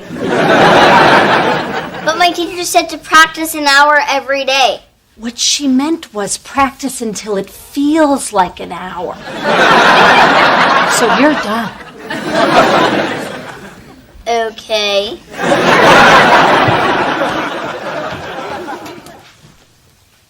Lauren, your father was saving that pot roast heel. Yep. Maybe now we'll know what it feels like to be denied something that you had your heart set on. My God, that is so mean and petty.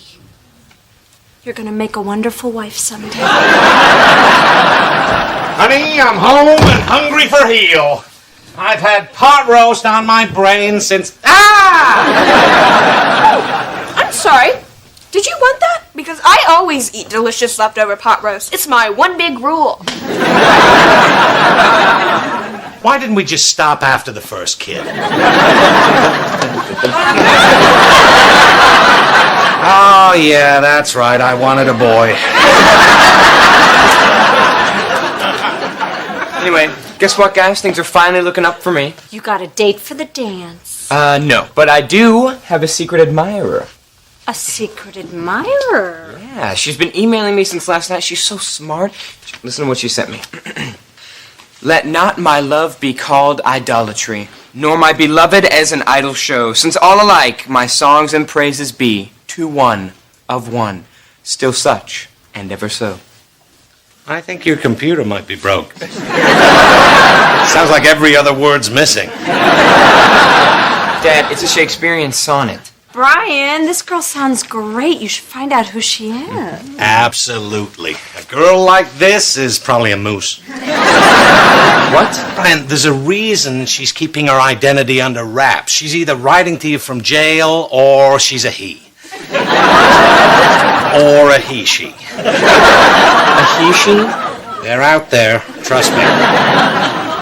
Trust me.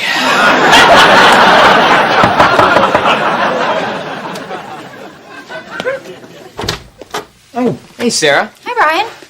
Oh, I brought you that Northwestern catalog you wanted. Ah, Northwestern. They recruited me. Wait, Northwestern recruited you? Wait, that's not the word. Escorted me. Off campus. Great party. So what do you know about the physics department? Well, I know you'd probably be the cutest guy in it. By far. The Bessemer process converts iron ore into steel. You better get upstairs. Yeah, Lauren and I are working on Shakespearean sonnets. Shakespearean sonnets? Yeah, I bet you know a few. Yeah, I know a few. You know what my favorite one is? Let not my love be called idolatry, Nor my beloved as an idol show. That's my favorite too. Oh my God, you like me. Me favorite sonnet, me lassie. You crack me up, Brian. Dad, guess what? Sarah is my secret admirer. Really? Yeah, she just said that her favorite sonnet was the one from the email. That can't be a coincidence. Wow, she's not a moose at all. But we can't rule out that she's a he-she. There's always a possibility.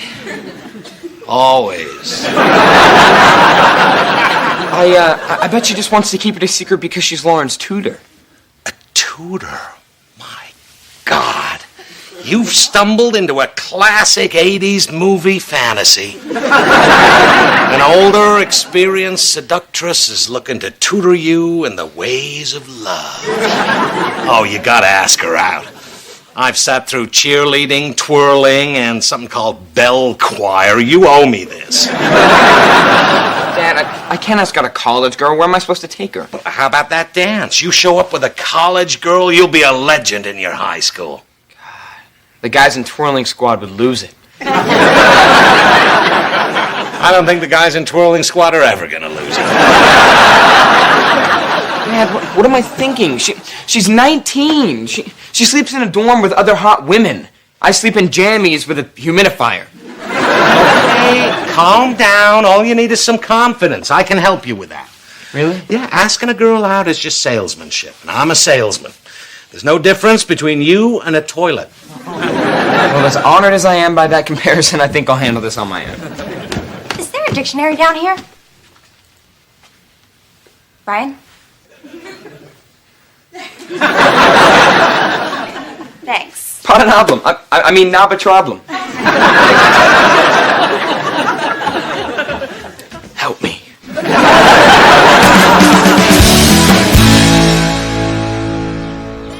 Oh my God! Dad, I need your help. I just got an instant message from Book Girl. Who's Book Girl?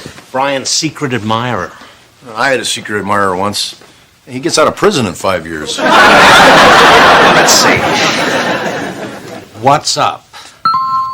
Doing anything fun this weekend? Okay, tell us something cool you like to do. Oh, I build remote control robots. No, you do not. Move. Good thing for you, your old man knows how to spin a web of seduction. I'll tell you what I'm doing this weekend. I'll be going to the gym, working on my pecs. Okay, I'm gonna start hinting about the dance. I wonder who Brian thinks Book Girl is. Who cares? I mean, as long as Brian thinks that she's an older woman and my dad lets him go out. Isn't this a long way to go to prove your dad has a double standard? Look, if it gets me to the dance with Evan, that's all that matters. Incoming. I was gonna go dancing, but my friends bailed on me. Too bad. I was so in the mood to dance. Reel her in, Bill. Reel her in. What are you doing? I'm gonna ask her if she wants to go to the dance. No, Dad, you're moving too fast. You're gonna scare her off. Hey. I hate this. What do we sing? Cravat Boo? Cravat Boo! Do something! I got it. That's Russian, which I learned at spy school. Dad, do not send that. What's going on? Hi, Mom. Who's book girl? Brian's secret admirer. It turns out he's Lauren's tutor. And Bill's helping him reel her in. Wait a minute. You mean Sarah? But she's 19. 19. That was the year I lost my virginity to my mom's desperate friend. That should have probably remained a thought, huh? So you hit the ceiling when a senior asked Lauren to the dance, but it's okay for Brian to date a college freshman? Don't you think there's a little double standard there? Not at all. I have one standard for Brian and another different standard for Lauren. That way they each get their own. I was going to say that's the stupidest thing I've ever heard, but I want to wait to hear what you have to say next. All I'm saying is girls are easily tricked. It's not their fault. They're born that way. I'm glad I waited. If you want Brian to date this girl, that's fine. But I'm going to tell Lauren that she can go to the dance with Evan. Look, Judy, we can't always treat Brian and Lauren as equals. Brian's just going to take this girl to the dance and try to get lucky. But this Evan guy is going to take Lauren to the dance and try to get lucky. You are so sexist. Sexist or sexy?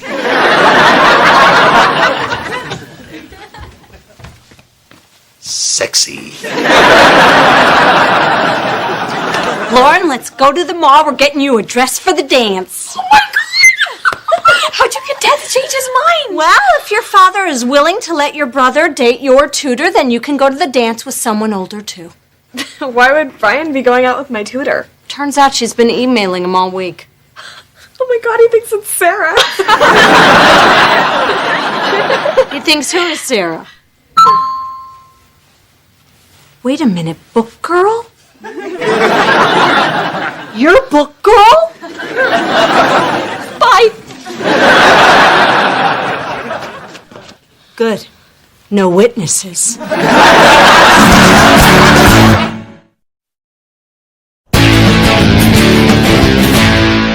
Can't believe you would do something like this. Look, I just wanted to prove that Dad was being unfair about this so I could go to the dance. So you screwed with your brother's head to make your stupid point? We didn't raise you like that. Oh, and then please explain to me how Dad wrecked the minivan without even being in it at the time. That was brilliant. This is just mean. Your brother really thinks that girl likes him. Look, I never claimed to be Sarah. I mean, he came to that all on his own. Well, you can forget about even going to that dance, and you're going to go downstairs and tell Brian everything. Do I have to? Yeah. Sooner or later, you're going to have to face the music. Tina, will you turn off that damn music? Thank you, sweetie. Love you. It's been 20 minutes. Looks like she isn't riding back anymore. Now, I really should get back to the store. I told a customer I'd check for something in the stockroom. This'll do. Well, we haven't heard a word from her since you told her I was a spy. Brilliant move, not to mention a violation of federal law. Yeah, who needs a spy when you can date General Dork, Supreme Commander of the Remote Control Robots? Hi, Mr. Miller. There you are. We were wondering where you'd got to. Oh, Sarah. Sarah. Hi. Wow, you're here. Hey, Brian. Remember, confidence, you're a toilet, sell yourself. Oh, may I? Oh, thanks. So, is Lauren here? Yeah, she'll be down in a minute. So, there's been something I've been meaning to ask you. What is it? Well, I was wondering if you'd be interested in going with me this Saturday night to To what? to see my rock collection. Saturday? Where is this rock collection? It's upstairs. Well, I have a few minutes now if you want. Oh, that's cool too. They're up in my bedroom. While we're up there, we can check out my remote control robe. Robe. You you have a remote control robe? Yes, but I think I lent it to one of my friends in Twirling Squad. Is your father sick? Yeah, he has allergies just like me. Okay, I get it. Bill, where's Brian? You're never going to believe what Lauren did to him. I wouldn't worry about him. Thanks to me, Brian's having some alone time with Lauren's tutor. What? Yep, Sarah's upstairs right now. Oh, and if she asks, Brian has a remote control robe. Bill, his secret admirer isn't Sarah. It's Lauren. She's the one who's been emailing him. Look, it was just a joke. So, Brian's not going to have a tutor to school him in the ways of love? Please. I can barely afford what we're paying her to teach Lauren. Brian, we need to... This geode comes from South Dakota, and... I'm so sorry. This is so embarrassing, so horribly embarrassing. Yeah, we're... horribly? Sarah, Lauren's waiting for you downstairs. Thank you, Mrs. Miller. Haven't you two ever heard of knocking? Oh, we just never, ever thought we'd have to. I finally get enough confidence to make my move, and you ruined everything. It's great that you have confidence, but you might want to start this relationship fresh from here on out. As if those IMs weren't even from Sarah. What are you talking about? They weren't from Sarah. What? They were from Lauren. What? She wanted to prove that your dad had a double standard. But, Sarah really does like you. So if there's a big winner in all this, I would say it was you. I wouldn't. I can't talk to Sarah now that I know she never even liked me. My confidence was based on a lie. But she kissed you. That means something. It was probably just a pity kiss. A pity kiss is still a kiss. And you know what a pity kiss can lead to? Pity marriage.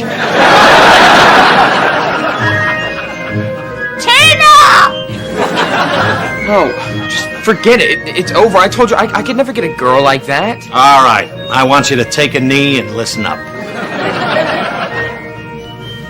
You have a tutor in your grasp and you're just going to let her go? Shame on you. Sure, you're not the coolest kid on the block. Sure, she's an older, experienced woman. But if nerds from 80s movies have told us anything, is that you do what you have to get the girl. You invent love potions. You date a mannequin. Hell, if you have to, you become a teen wolf. Wait, he's on a roll. Now, I don't know what you said to that girl, but she kissed you for who you are. So you get down there and you claim Sarah for every man who's ever dreamed the dream of having his own private tutor. Are you with me? Yeah! Are you with me? Go, go, go!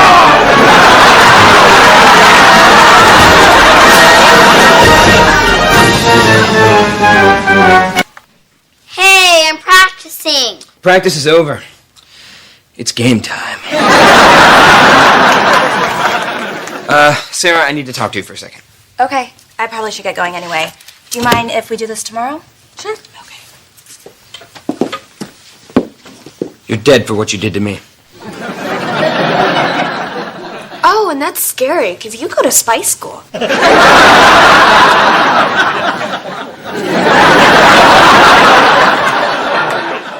So are your parents mad? Do you want to go to the spring formal with me? Oh, I don't know, Brian. A high school dance. I mean, I'm a little... Maybe that spring formal would be fun. Oh my God, that's awesome! I mean, it's all good. Great. So I'll see you Saturday. I'll pick you up at 8 sharp. 8 is the time. Sharp is my look. Then I can't wait. Well, take it easy, kid. No. Take it light. Yes, she said yes. She said yes. She said yes. She said yes. She said yes. She said yes. Because she thinks that I am a man. The guys in Twirling Squad will freak out when they see me come in with a girl. She has breasts in a car and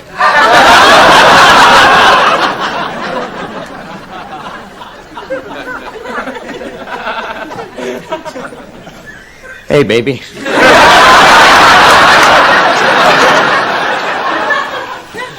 I just forgot my, Listen, Brian, about the dance. I understand. Thanks.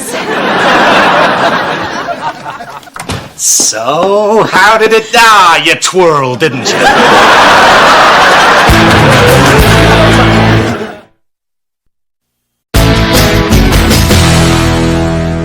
All right, I guess I'll have to call earlier next year.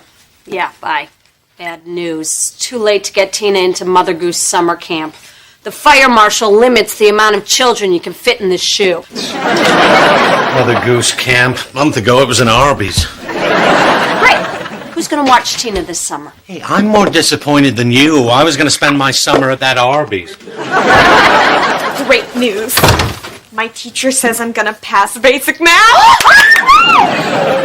Yeah, you see, I got a 72 on my midterm and a 68 on my final, which is like an average of... Who cares? I'm passing basic math. Who told you to sit next to a smart kid? Thank you, Daddy. I can't believe it. No summer school this year. I'm free. I'm going to do nothing but lay out by the lake all summer. Ooh, well, make sure Tina wears plenty of sunscreen. She burns easily. Wait, I'm watching Tina? Well, we couldn't find a day camp, and your father and I don't want to have to come home from work and spend every second of the summer staring into that bored, pathetic little angel face. Tina, honey, bad news. We can't send you to day camp this summer. We're sorry, we forgot. Forgot, huh? But I'm sure there's plenty of beer in the fridge.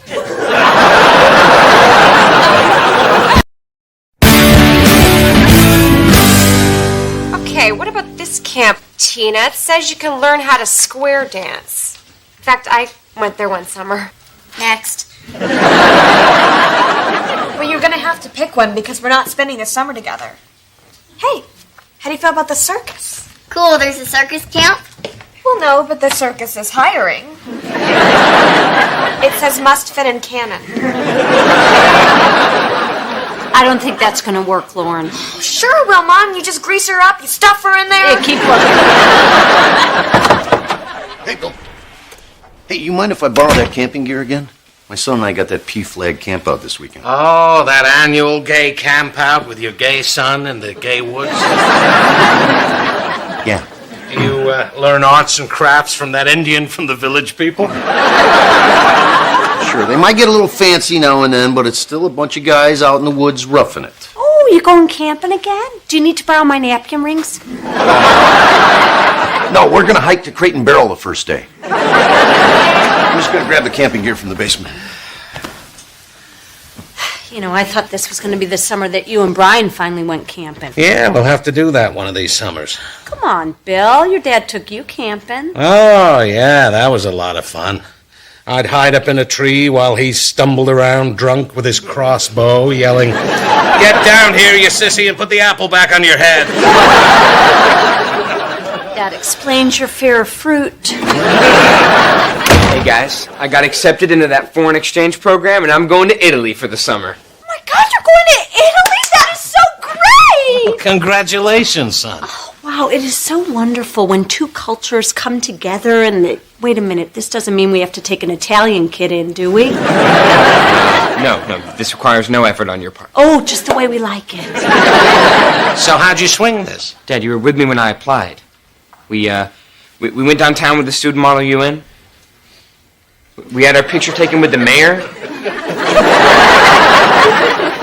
You bought that giant pretzel with the pizza filling. Oh, yeah. From that vendor, Eddie. Yeah, he was out of Sprite that day. Yeah, I tried Squirt, and I liked it. What's going on?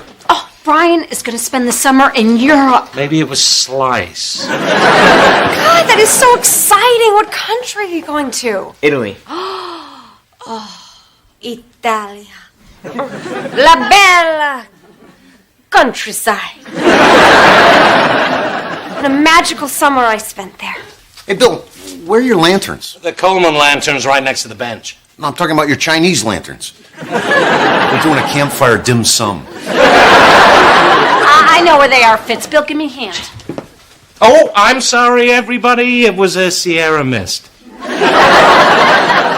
So I never knew you went to Italy. Yeah, I was there out of college. Now, I think it's so great that you were not afraid to do something like this. Well, I think I am a little nervous. I've never been so far away from home for so long. Oh, Brian, come on. It's going to be wonderful. You're going to have an adventure like, my God. I went all through Europe with just the money in my pocket and the clothes on my back. Wow. Because my luggage was stolen at the airport. Really? God, it was beautiful. I mean, it was Europe. One rainy night in France, I spent a night in a 300-year-old barn where I got Lyme disease. You got Lyme disease? That's horrible. If it wasn't for that, I never would have met Jacques, that handsome French doctor who helped me with my, oh God, how do they say that in French? Lesions. What a whirlwind romance that was. He introduced me to the Parisian nightlife. Then he introduced me to his wife. Then they robbed me. They robbed you? Oh, my God. Yeah, but it's Europe, you know? So beautiful. Wish I could show you the pictures, but I had to sell my camera for antibiotics. Oh, God!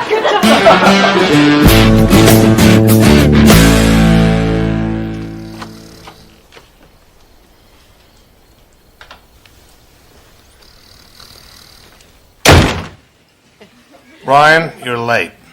Yeah, I'm 2 hours past my curfew, and I will understand if you want to punish me by making me cancel my trip and... Dad.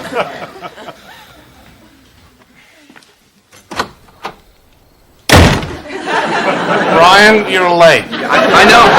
I was supposed to be home 2 hours ago, and...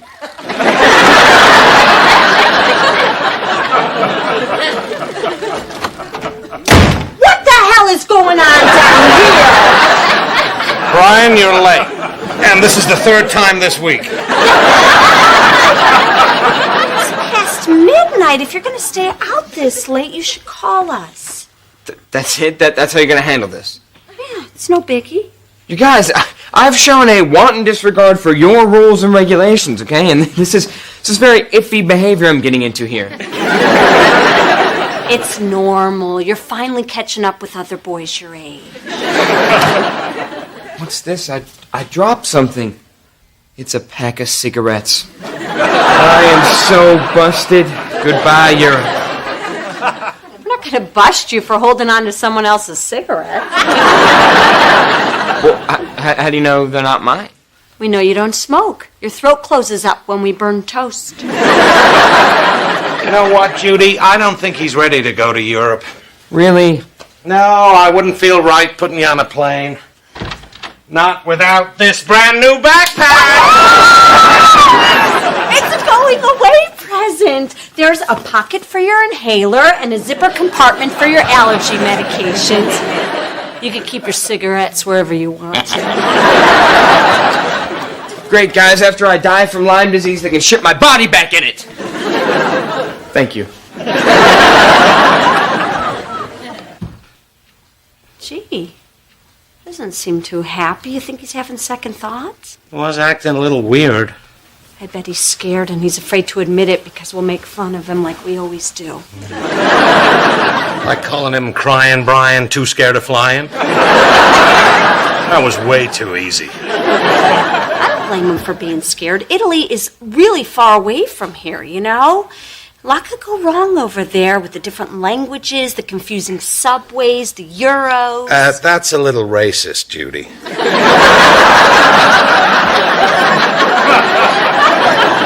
No, Bill, Euros is what they call their money. Oh. Stupid foreigners. Well, if he doesn't want to go, I'm not going to make him go. You know, maybe he's just not ready. No, Brian's got to get out there and spread his wings. Otherwise, he might end up like Tacklin' Ted McGee. Who? Tacklin' Ted. He played defense on my junior high football team. We called him Tacklin' Ted because he liked to tackle people. Clever nickname. What'd they call you? The nickname giver. Which I changed to Nicky G. Before football started, Ted chickened out and his parents let him stay home. Well, maybe that was for the best. No, it wasn't. Ted's parents coddled him, so Ted never left his parents' house. Never did anything. Maybe you're right, Bill. You know, we should go upstairs and talk to Brian. We don't want him to end up like that. Yeah, poor Ted gave up football, never tackled anyone again. Well, till the president came to town, then he made the news. Qui el mio raccoglitore non spari prego. Hey, that's the spirit. You're practicing Italian. Yeah, I just learned how to say, here's my wallet, please don't shoot. Honey, you know it's okay to be a little scared about going far away from home. Who says I'm scared? No one. And if you were, I'd tell you not to be. You're about to fly across the ocean to a beautiful, exotic part of the old world. It's Florida, Dad. Where you'll change planes and continue on that away. This away. Brian, a lot of times in life, a lot of things are scary, but you need to overcome your fears and just go for it. Otherwise, you'll end up regretting the things you could have done but never did. It's a big world out there. Just look at it. And we're not even seeing the other side. Actually, Mom, that is the whole world. Well, excuse us, son. We don't know flat maps. We learn geography the old-fashioned way on a earth ball. All I'm saying is it's better to go out there and see the world instead of sleeping underneath it. This is an opportunity your father and I never had. It would be a shame for you to miss out on it. Well, maybe you're right, Mom. It's kind of like what John Greenleaf Whittier said, of all the words of tongue or pen, the saddest are these. It might have been. Sounds like your friend John was enjoying a little of the green leaf when he wrote that. Maybe it would be good to spend a summer away from here.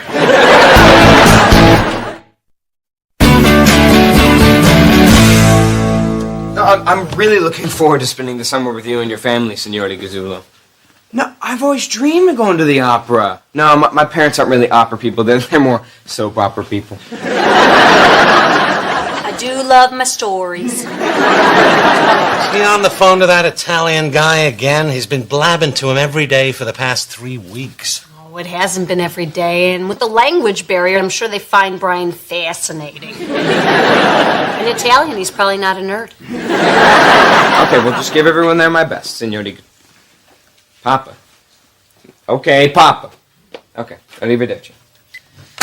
So, how are the Gazzulos? Oh, they're great. They just called me from their weekend house on Lake Como. Oh, sounds like he does pretty well on a cobbler's salary. Yeah, he's a lawyer. He works in Milan all week, which is why he likes to get out into the country. We're going to go fishing and hiking in the woods. Oh, I'd be careful. In my old neighborhood, if you went into the woods with a couple of Italians, you never came out. Well, don't scare him like that. But seriously, while you're over there, never start your own car. Okay, the important thing is that I'll be learning about the Italian culture, which you two might want to take a crack at also. I'll have a family that I can really do stuff with. You know, Papa's even going to take me camping. Brian, you know, you don't have to call him Papa. No, I kind of like it. It makes me feel like I'm really part of their family.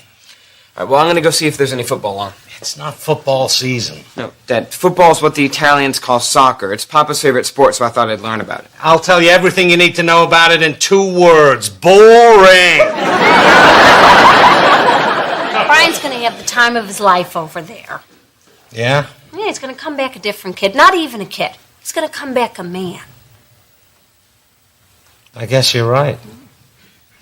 You know, I think I'm going to take Brian on that camping trip. What? You know, the one he and I have been talking about forever. Wow. Well, you better check with the Weather Bureau because I think hell just froze over. So we'll go to Wisconsin. Just wait till I tell Brian. Oh, I better go air out that tent. Didn't Fitz return it clean? Yeah, but it always comes back smelling like potpourri.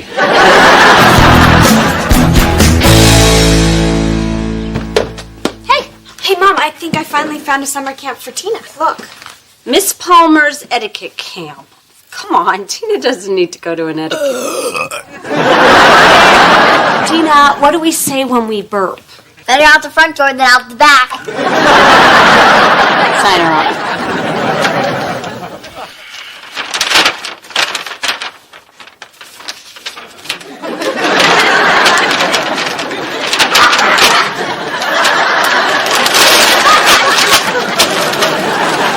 You making an earth ball? Just waiting on Brian. I don't know where the hell that kid is. We're going to lose our campsite. Well, it's great you want to take him camping, but Brian has a lot to do. I mean, he is going to Europe. Oh, my God, I can't believe my baby boy's going to Europe. It's really happening. Europe. I'm tired of hearing about it. He's not the first one to take a big trip. I went all the way to Indiana to get fireworks, and you didn't see me planning my trip for weeks. Well, maybe you should have. You forgot your money and ran out of gas. Hey, guys. Where have you been? Your mother's been climbing the walls. Isn't that right, Judy? No. See? I'm sorry, Dad, but you kind of threw this camping thing at me at the last minute. I've got a lot of important stuff to do before my trip. Oh, well, if you've got important stuff to do, I wouldn't want to waste your time with a stupid camping trip. Forget it, it's canceled. I said I'm sorry, Dad. Why are you so upset? Because I planned this trip and I was looking forward to it. Since when were you ever looking forward to this trip? Every year you promise to take me, and then every year you make some lame excuse not to go. There was always a very good reason I couldn't go. Like the time you were too shook up over Princess Di? Judy, she was England's Rose. I can't believe you. I'm leaving, and now all of a sudden you want to be super dad? Well, I think it's a little late. Oh, that's it. You're grounded from Europe. What? You heard me. I forbid you to leave this continent. You can't do that. Watch me. This sucks. That was incredibly childish. I know. Do you believe that, kid? I am talking about you. Gone crazy. You can't ground him from Europe. What's really going on here? I just wanted to go camping with him. A son should want to go camping with his father. You said you hated it when you were a kid. I did. Well, then why is this so important to you? Well, there was this one time when I was about Brian's age, my dad called me over to the campfire, popped open a beer, and told me I could have a sip. Then we sat there for a while. It was nice. It was the first time I really felt like he thought of me as a man. Bill, you could still have that with Brian. But you better hurry up because he's getting on a plane to Italy. Forget it. Going camping with me obviously isn't that important to him. Let him go camping with Papa. He can give him his first sip of vino, barbarino, or whatever they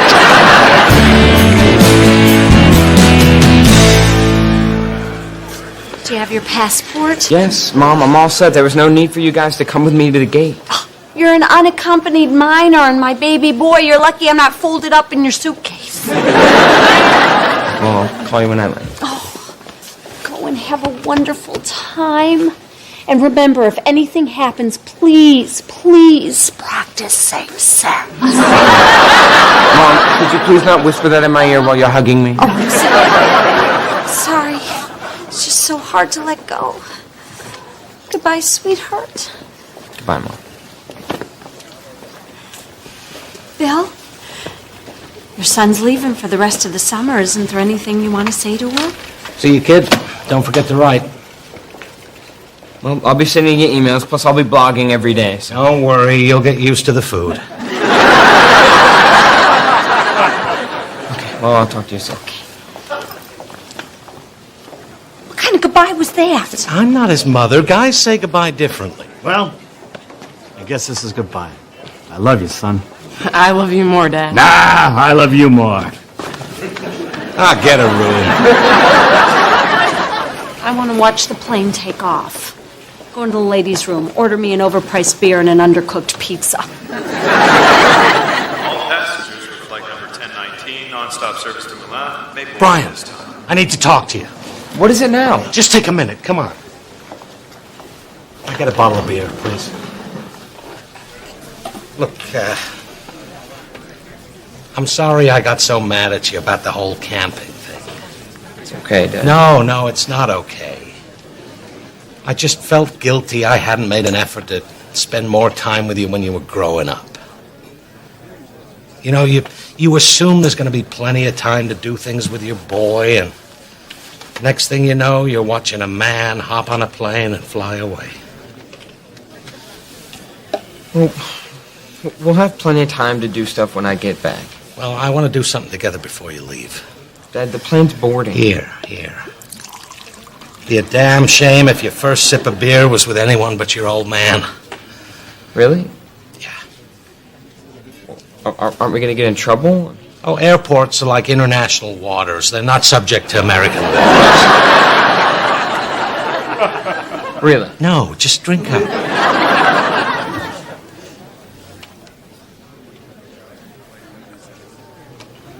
What do you think? It's good. You are my son. I've never been so proud of you. You know, there's a good chance that next year I'll be valedictorian. Great. After that dealie's done, we'll have another beer.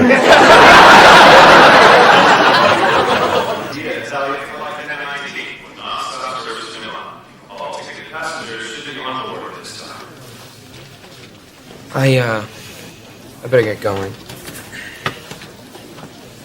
Well, have a great trip, son.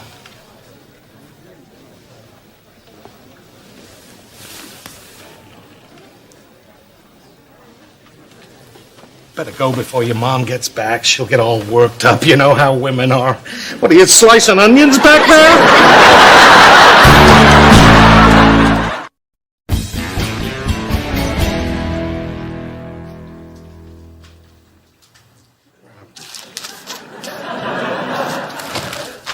Bill, have you seen my holiday to-do list? No. I just put up the outdoor Santa. It was so heavy I had to pull it by its feet across the lawn. The neighbors thought I was bringing you home from your office party. I love Christmas break. Spending time with the people that mean the most to me. Oh, Lauren. My friends. I'll be at the mall. Wait a minute, honey. I thought today we'd go as a family to get our Christmas tree. Judy, we're going to your parents for Christmas. We don't need to get a tree. We need a plant we can smoke. So we all agree parents are a drag. Car keys, please. No, I'm sorry. Your brother needs the car for his new job. Brian is blowing his Christmas vacation on a job? Could he be any more lame? Glad tidings all. The answer would be yes. Well, I'm off to my caroling job at the mall. Our group's called the Fezziwigs. It's straight out of Dickens. It ain't straight, and you're going to get the Dickens beat out of you. Okay, well, I have to go. See you at eventide. Fiddle, fiddles, fee, fiddles, fly, fiddle, pum. Doozy, doozy, day, doozy, tom.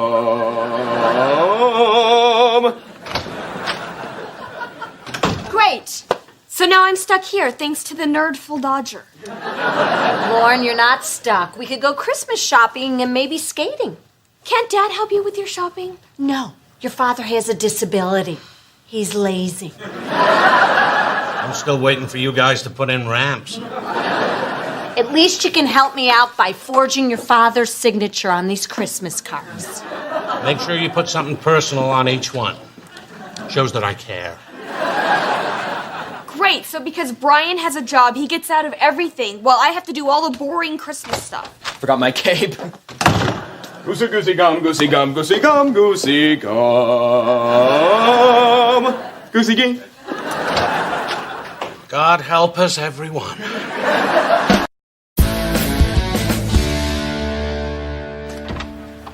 Hey, man. In case I don't see you before the holidays, I got you a little something. Oh. Oh, I love it. 16 ounces, just my size. And here's the card. Oh. To my best friend in the world, every morning I wake up and thank the heavens. You might want to read that later. I had a glass of wine and kind of let myself go. Stetson. It is Christmas hell out there. I've been to 3 stores and I still can't find Tina's crappy, overpriced Daisy dumbass doll. which Santa is bringing. I don't care who brings it. Just get it here by the 25th. Can't find that stupid doll that pees and eats and talks. I swear I'm going to have another child and let her raise him. Isn't that why we had Tina, for Lauren to play with? It's like a vicious, endless cycle. I am wiped out, and I still have a million things to do. I have to bake cookies for the office party, buy a grab bag gift, finish shopping for the kids. I have like 1,000 presents to wrap. Oh, by the way, I'm planning to get you a really special Christmas gift. I just need to know what you want, where to go, and money. I have a great idea. Let's not get each other a gift this year. It'll be one less thing for me to do. That'd also give me one less thing to do. Which would bring your list to 0. Sweet. You don't think she's really serious about the no presents thing, do you? Oh, I'm taking her at her word and hoping to stretch it to Valentine's Day. Dude, women are complicated. Sure, right now she says no presents, but then she's gonna get all, oh, it's the holidays. I have to buy Bill a present because he's so sweet and warm and the most wonderful person in the... Well, I covered some of this in my card. My point is, you do not want to show up empty-handed. Yeah, maybe you're right. I should probably pick her up a little something. You know, you seem to know a lot about women. After 3 marriages, I am sensitive to the fact that women be nuts. I just love the holidays. Crap, I'm out of cinnamon dots. Think anyone will notice that the buttons on these snowmen were Advil?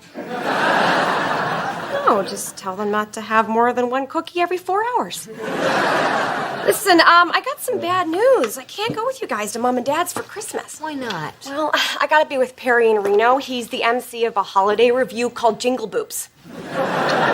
Which is a lot classier than it sounds. It's not, is it? No. Are you still gonna make those side dishes Mom assigned to you? Oh, yeah, of course. You're not, are you? Great. Add another thing to my list. I'm sorry, I just didn't have time to cook. Do you mind? Well, since it's Christmas and I love you, I'll make Lauren do it. Whatever it is, I can't. I just got a job waiting tables at Platters. They needed some extra help for the holidays. So do I. But you're not giving me money for college. We were going to see how high school pans out. Wait a minute. I'm not sure I like you working all the way across town and not coming home till late. I get to bring home leftover pies. Carry mace and don't wake me when you come in. Unless it's chocolate cream or berry. You know, make it all pies.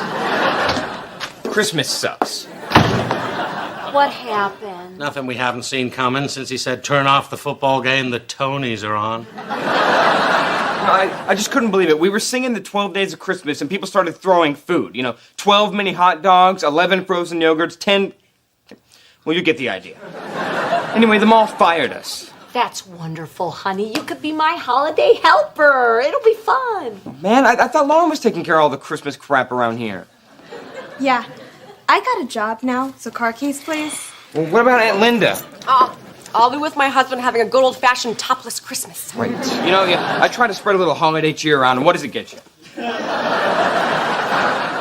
salted pretzels. And a sun that is slowly killing me. Hey, welcome to Platters. Would you like to hear the specials? Sure. So would I. I'm starving. Let's find a real waitress. So your parents really think you work here? Yeah, it was the perfect scam to get out of my mom's holiday chores. Now Brian has to be your Christmas elf. I bet the loser even has a costume. So after we eat, you want to go back to my house and see how we're doing on rateyourbutt.org? Yeah! I bet we both scored ass-tastic. Oh no, your family's here. What?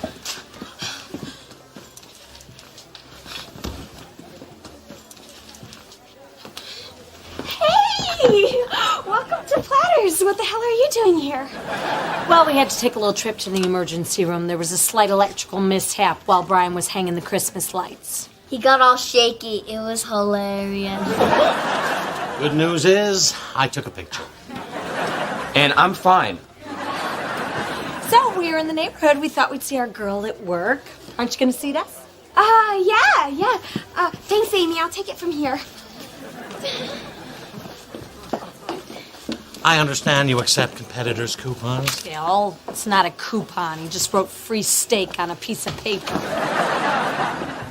Actually, I'm not going to be waiting on you guys. They already have me training a new girl. And don't mention me, because she's a little insecure, because she's a newbie. Welcome to Platters, where service matters. The specials are on the board. Don't make me read them. You can come out now. They're gone. Oh, that was close. I was under there forever. You know, your little sister eats croutons off the floor. Can't believe I pulled it off. My parents think Brian's a smart one. And they're right. You're busted. What are you talking about? I am just waiting on Becca. Would you like to see our wine list? Okay, drop it. Your little scam's over. I saw a picture of your newbie on the wall. She was Employee of the Month in 1959. You're gonna rat me out to Mom and Dad? Actually, no, I had another idea. Oh, God. Brian, let's go. I have to hem that nightgown I bought for Grandma, and you're her size. Sorry, Mom, I can't help you anymore. I just got a job here, too. But you're supposed to be helping me. Oh, God, when do they need you to start? It's your birthday. Happy birthday. Right now. It's your birthday. Happy birthday. From your friends at Platters. Goosey Gee.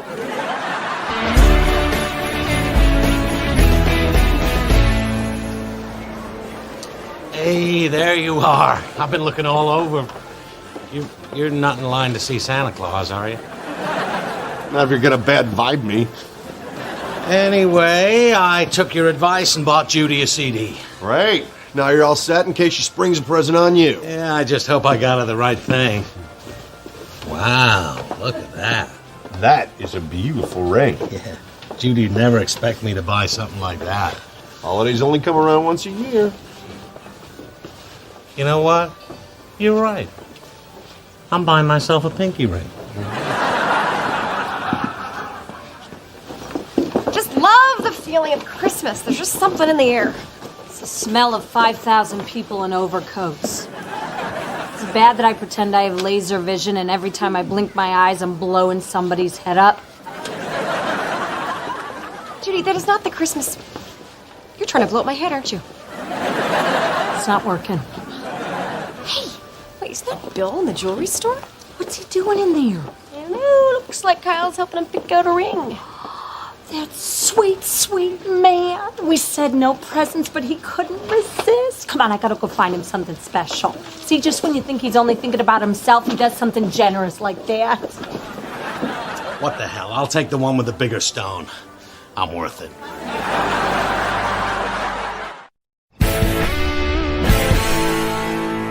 Tina, hurry up! We're leaving for Grandma and Grandpa's. 3 hours in the car. Did you go to the bathroom? Yes, already. Stop treating me like a baby. I was talking to your father. All set? Let's go. I love you. What was that for? Nothing. I just love you. I don't like the sound of that. Have a good time at Grandma and Grandpa's. Oh, it kills me that you two aren't going with us. I should call your boss and tell him how important it is to spend Christmas with your family. No! You'll get us fired. Yeah, and if I get blacklisted as a waitress, what kind of future am I gonna have, Mom? I guess not much of one. Thank you. I think. Okay, well, you two be safe, and don't forget the most important thing. No more mincemeat. I don't care what anyone says, that's not a pie. Okay, bye. You guys. Love you. Be safe. See ya. Yes! We're free! New family! Oh, man, who needs Christmas anyway? We're way too old for that Yeah, stuff. besides we have the whole house to ourselves. I'm gonna invite Becca over. We're gonna crank call all the dweebs in our school. Oh, great. And Hakeem's coming over for a jam session. Since when are you guys in a band? No, silly, we're making jam. Oh, sounds sounds cool. I'm gonna need yours and Hakeem's phone numbers. Sure.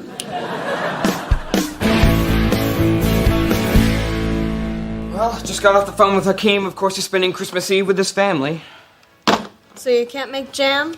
No, he's the one with the double boiler. Yeah. Becca's hanging out with her parents, too. Loser. Looser. Okay, that's supposed looser, which I guess also applies. Well, they just don't know the fun that they're missing when they're wasting time with their families. They sure don't. Do you want to crank call me again? Nah. You were way too happy just to be getting a phone call. You know what? Let's kick this party up a notch. I know just the thing. I already told you once. I am not going to help you set up your Star Wars nativity scene. It's beer party time. Wow. Cool. This must be the kind that needs an opener.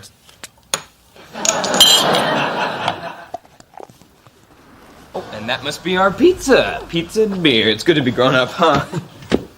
It's Mom and Dad! Why did they come back? Okay, we're supposed to be at work. Quick, to the basement! Let's get my sick baby up to bed. I can't believe we're not going to make it to your folks' house. Be sure and find out exactly what she ate, so we can give it to her again next year. Bill. Fish sticks. I wish we'd stop for dinner. I'm starving. Gino's East. It's a Christmas miracle. Dad's eating our pizza. How do you know? Well, he's making those creepy moans, and that can only mean two things. And, I don't hear Mom saying hurry up, so it's got to be the pizza. This sucks. Come on, I'm cold and hungry. Can we just go out there and tell them the truth? No. We have to wait till Mom and Dad fall asleep. They'll just think that we got in late from work. You're right. I can do this. Oh no, Dad's moans are getting louder. You know what that means. You found the cheesy bread. Well, Tina has a fever, but she managed to fall asleep. Did you order a pizza? No, but I thought about it. Technology is amazing. Well, I have to say I don't mind missing the trip to Indiana, but now we have nothing planned for Christmas. Or do we? I know we said we wouldn't, but I couldn't help myself. I bought you a little something. I couldn't help myself either. I bought you something, too. No. Stop. You didn't. I don't believe it. You big crazy present guy. We can still have a decent Christmas. I'll put on some music. You start a fire. We need something to burn. Hey, where's Brian's cape and that stupid hat?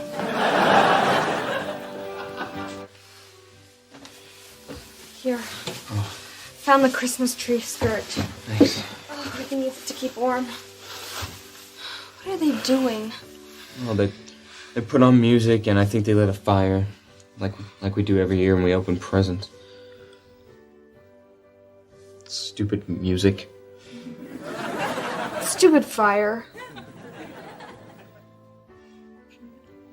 Do you remember last year for breakfast, Mom made those little pancakes shaped like snowmen, and she wrote "I love you" in syrup? Yeah. Stupid pancakes. Stupid "I love you" in syrup. Merry Christmas, honey. A watch! Wow! And it's got those fancy Super Bowl numbers on it. You mean Roman numerals? Judy, the Super Bowl's American. Well, you deserve it. Now me! To show you how much you mean to me. Oh my God! A CD? Tissue paper? More tissue paper? Here it is. I mean, what's this? Really, what is this? A CD opener. Came free with purchase. No more broken fingernails for you, my lovely lady. Where the hell's my ring? What? I saw you at the mall buying a ring. Who's it for? Who do you love more than me? You bought yourself a pinky ring? It's my birthstone. Well, I hope you and your hand will be very happy together. Judy, I don't know what you're so mad about. You're the one who said no presents. I know, but then I saw you in the mall, and I don't know, I thought, oh, God, you know what? You're right. Thank you. Wait, why? Because I did this to myself. I lost the Christmas spirit. I turned the holidays into a big list of chores, and now I'm paying the price for it. Look at this lousy Christmas. No tree, no dinner. Tina's sick, and the worst part is Brian and Lauren aren't even here. It does feel kind of weird. Especially since this is the last Christmas before Brian goes away to college. Do you realize this may be the last time we're all together for the holidays? Wow. Never really thought of it that way. Stupid college. I don't know why I'm making such a big deal over a stupid ring. What I really, really want is our family to be together. Christmas isn't about presents. Yeah. I still get to keep the watch, right? The only present that would make me happy right now is if Brian and Lauren were here. I really miss them. We're here! Hallelujah! It's another Christmas miracle! What are you kids doing home? Well, we were hiding in the basement because we lied about having jobs. We just didn't want to spend our whole Christmas vacation doing a bunch of boring Christmas chores. Or going to Grandma and Grandpa's. But we heard all the wonderful things you said, so we're giving you the present that you really wanted. All of us together. Merry Christmas, Mom. Go to your rooms! What? Can't believe you lied to me! Here's a job for you. Trying to survive without TVs, phones, computers, and possibly food. Now get upstairs! Did Santa come yet?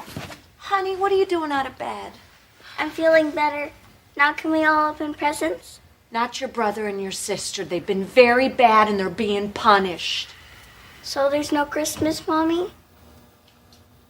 Well, oh, you know what? Get down here, all of you. Really? Yeah, I'll be mad tomorrow. Tonight it's Christmas. We may not have a lot, but we have each other. And really, what else do you need?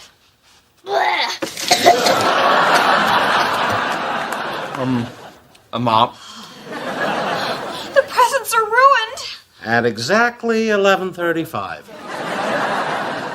I'm feeling better. No, wait a minute.